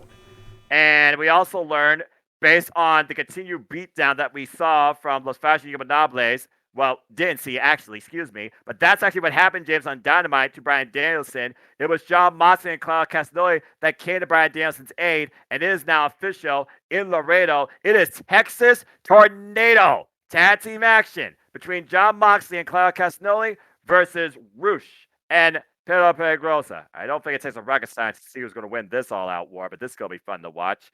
Speaking of random things that are fun to watch, Ash Danhausen, apparently the spokesperson of Orange Cassidy found out that Stokely and the firm have come after the challenge at the Atlantis, or whatever that is, the championship. As, of course, we have, for the first time ever, Freshly Squeezed Orange Cassidy going one-on-one with Lee Moriarty, because it was time for our main event for the AEW All-Atlantic Championship. This was a really fun competitive match, to say the least. Yeah. Yeah, I enjoyed this. And Danhausen's curse got blocked by Stokely's cast, apparently. So that's how you block a curse. Yeah, I love how apparently there was a street fight between Stokely and Orange Cassidy. And it was over a fucking cell phone or some shit that got busted. A vase. Oh, I'm sorry. There you go. And then, so Lee Moriarty, man. Fucking... Naga style, man. Yeah, he's so good, man. He's so good as a technician. I love seeing him in the ring. Definitely run this back at some point. I wouldn't mind it. Really good shit. After the fight for the pockets and the sunglasses, things really took a turn here with Cassidy coming back with a Mizunoku driver for a 2 count. The Moriarty takes the champ down with a arm drag, counters the Stun Dog Millionaire into a sleeper, and then counters out of it into hammering anvil elbows to the right arm of Cassidy. Then Stokely tries to come into play, and this is the part I'm talking about. Danhausen trying to step in. Cassidy hits the tope suicida DDT combination, diving top rope implant DDT for a near fall. As Orange looks for the Orange Punch, Moriarty counters because Orange Cassidy's arm was worked over most of this match in Tiger style, and then gets hit with a lariat. Champion bounces back with a beach break for a two count. And then the Orange Punch finally hits, but Orange Cassidy was able to capitalize with the bad arm, and Moriarty, somehow just aware enough, he counters into his own submission, but gets cradled, which what happens sometimes with Technician, when you're unaware of it, cradled enough, Orange Cassidy escapes once again. Still, AEW, All Atlantis, damn it, Danhausen, All Atlantic AEW. All Atlantis. All Atlantis Championship, or what have you. Atlantis, whatever that region that is. Underwater. The Ocean Championship. I can't believe he called it the Ocean Championship. That was amazing. Oh my God. Ladies and gentlemen, love that Danhausen. Yes, love that Danhausen. Love that Danhausen. Absolutely love that Danhausen. Motherfucker called it the Ocean Ship. I wanted to call it Oceanic next. Bro, that's such a shitty name, but I love it. The Oceanic title, the Oceanic of Championships, if you will. My brother Orange Cassidy is going to make the ocean orange with the championship. I will have you know. Oh my gosh! Well, he will turn it into orange juice with my kiss. It won't be ocean spray. Meanwhile. Oh my God, we've gone off the rails. But then again, Orange Cassidy matches what you expect. He's so unorthodox, but he draws you in, and he just is such a unique champion, and keeps winning, and keeps fighting. But again, game effort again by Lee Moriarty. Lee Moriarty continues to impress, of course, with Tiger style and a nice ukulele player or whatever that was. But then what wasn't so impressive, like afterwards, oh, good God almighty. Golden Globe to the dome of the AEW champion and looking for further assault with a guitar after taking out Danhausen. And, of course, the best friends. Well, people come out. This is weird. The Acclaim drives them away. Well, it's not as weird as you think. Keep in mind, they did defeat them. They're still unfinished business there. There you go. That's true. So there is that. They're probably going to blow it off on that Dynamite, and then they're going to move on to the fighting the guns again. It's going to happen. Well, I mean, it's funny you mentioned that because made official, of course, was the 8-man tag. It will be Orange Cassidy. It will be, I think, Orange Cassidy, the Acclaim, and Daddy Yaz versus the Guns and Jay Lethal and was it Sanjay Dutt or Satnam Singh? I gotta look up the actual graphic here. But yeah, as far as Rampage goes, it's one of those things where again, it's that hour you don't necessarily know what you expect from it. But you're all right with it. This was a unique show. I enjoyed the opener, fun 6-man chaos. The main event was definitely entertaining, but also competitive.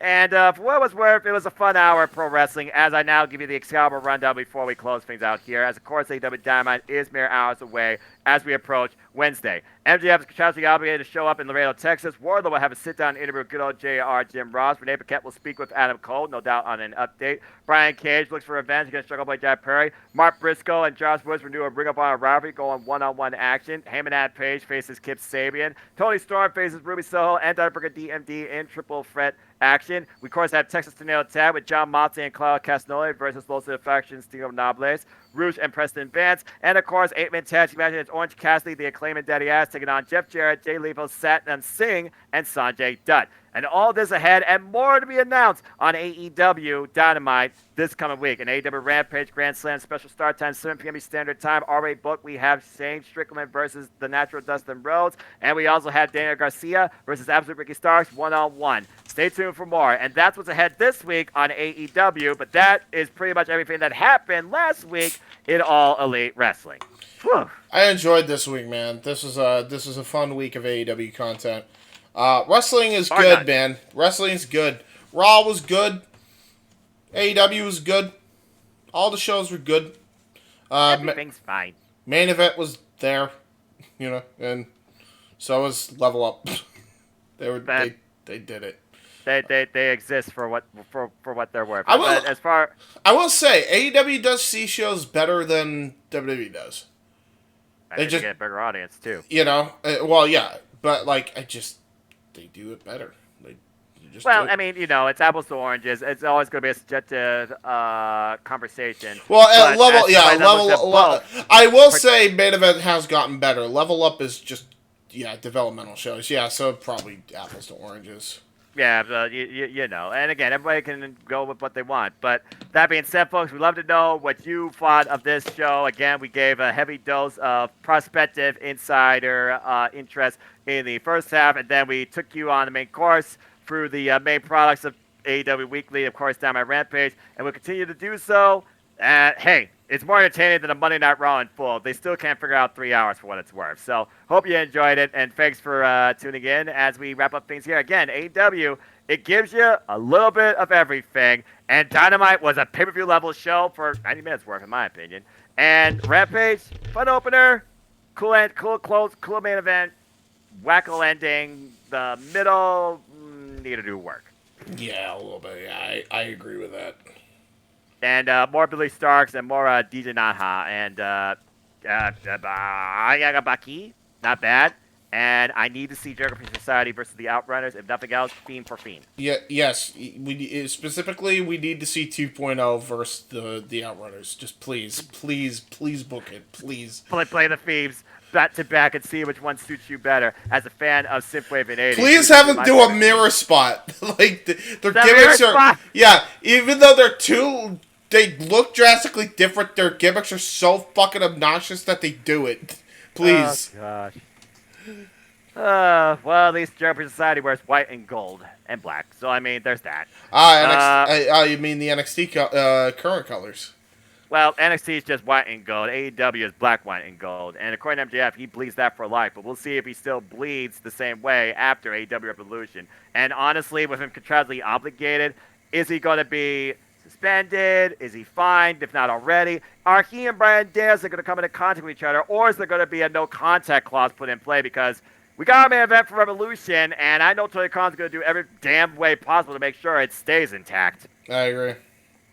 But that's all for now, folks. So thanks for tuning in as we conclude. James, always a pleasure. Anything you want to plug or promote, where can we find you? You can check us out on FTW Productions. A lot of changes coming. We made the announcement, but I'll make it here as well. There's going to be an announcement for the future of CM Brothers becoming the new main hub for FTW Productions. For Owen has no use for that channel anymore since he's moving all of that non-wrestling content over to the Owen the Talkinator channel. So that's going to be the new FTW main hub, which means we will be uploading edited clips of our old shows, posting old podcasts, posting podcast clips, basically promoting our stuff on that channel.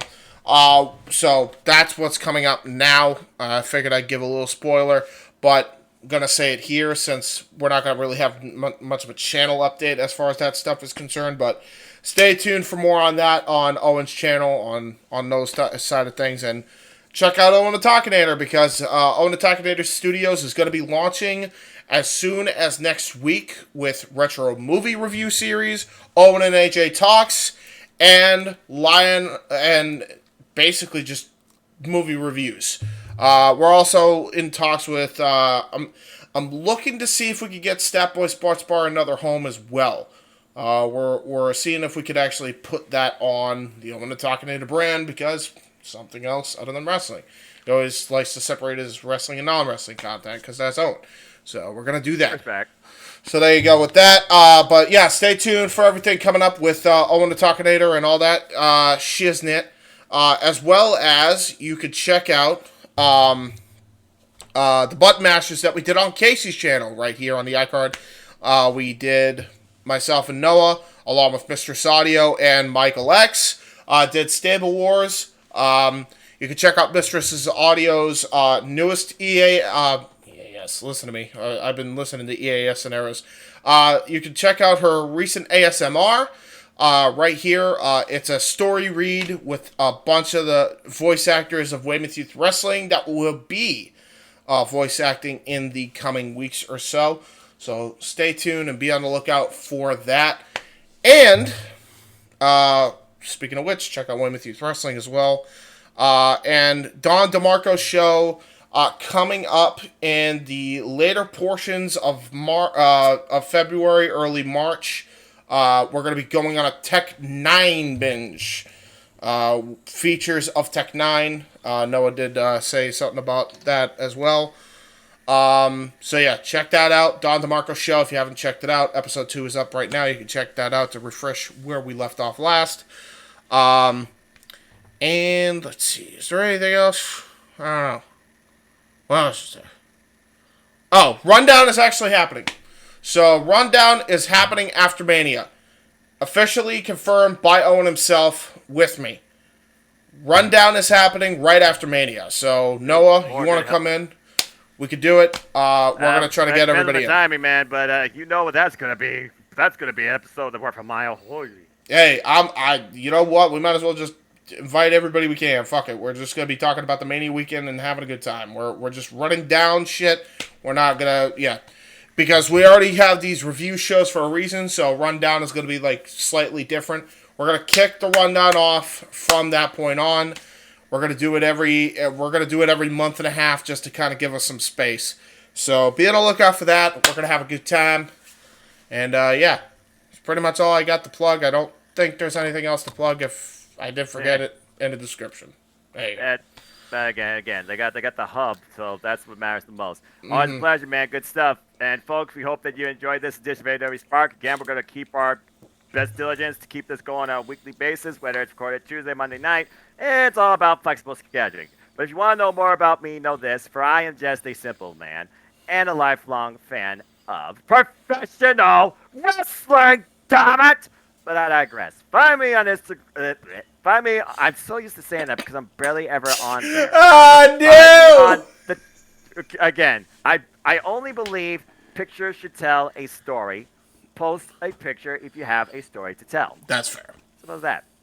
So find me primarily on the Twitter and YouTube at @NFoster1916 for all things wrestling. Shout out, of course, to the entire AEW family on the Twitter. This coming week, of course, I'll be with Team No DQ on the official No DQ predictions panel for Elimination Chamber. That will be Thursday across No DQ's YouTube channel. So stay tuned for that. This Friday will be the next predicting across my channel, Cassidy 18 Studios. And, of course, FTW Productions collaboration. And No DQ. No DQ Galaxy specifically. No DQ Galaxy. Yep, everybody's emerged. It's simply predicting. You know that. And that'll be 10 to 5:30 p.m. Eastern Standard Time live on my YouTube channel this Friday. And, of course, Saturday across the Jeff Beach Network multiple media. We'll, of course, be calling, commenting, and reacting to WWE Elimination Chamber. And following that will be Open Mic Night. And then we're going to be right back here on AEW Spark, tentative Monday night, reviewing this week of content you've seen now for All Elite Wrestling. And then, of course, next week, Tuesday, tentatively, will be the next Simple Take, WWE edition, with me and the Renegade, JJ Williams, and Fall Cast 18 Studios, as we give our simple takeaways and reviews of WWE Elimination Chamber. And that's what's coming up for the short term, but there is still so much more ahead, as wrestling never ceases to stop, too. But I'll talk more about that later. Oh, real quick, also, Friday, we're doing Watch Along for Impact, the Impact show on Friday, right? That is next week, Friday. It's all right, man. I got the dates, but I love the fact that you are invested and you're trying to line everything up. But again, yes, since he did simply tease that, because I was just going to do week by week. I need to just know Get how a calendar. Jeff. Yeah, I'm just gonna fucking ask Jeff Meacham for advice on how he fucking has a calendar, because his calendar actually is really good, and I need to do that. And I don't do it like an I app. don't do that. I use Excel, brother. It helps out a lot. I know. I stinky. Well, that's all right. And, of course, as James did allude to, so I will lightly plug that, next week, Friday, is not only the Simply Predicting panel for Impact Wrestling's next monthly special, actually the first monthly special of this year, it's their second actual main show on Side TV this year, No Surrender, but also it will be a commentary, watch-along reactions to Impact Wrestling, No Surrender as well, across the Jeff Beach Network, Multiverse Media. That's ahead next week, Friday. Since, again, I got to keep the dates on check. So stay tuned for that and so much more to come. I'll also be a part of the Notiki review coming up pretty soon too. But for now, as I always like to conclude, there are no winners, no losers, no betters, just fans with opinions for this passion we all share. So at the end of the day, folks, support one another, respect each other, protect your mentality too, and treasure your families. And just enjoy life and enjoy professional wrestling. It's as simple as that. With that being said, thank you so much again for tuning into another wonderfully exciting edition and engaging, creative-wise, of AEW Spark. Please like, subscribe, comment, and tell a friend. Hit the bell so this video goes live or on demand on this channel or any of the channel partners and friends. And hit the subscribe button. Let's keep growing these YouTube communities together. Our creative content is not laying up anytime soon. I assure you, we're all on this journey together. Let's keep stepping. Let's keep making. Let's keep having fun and keep enjoying wrestling. For my color cohort and analyst, the key man, James Hebert. I am the Simple Man, and my name is Noel Foster. Thank you all once again for tuning into another edition of AEW Spark. Until next time, make a positive impact in life and have a good night. We are AEW. It's Wednesday afternoon. You know what that means, you fucking animals. Podcast has concluded. Be sure to check out more group discussion as far as AEW content is concerned, and check out more content from For the Win Productions.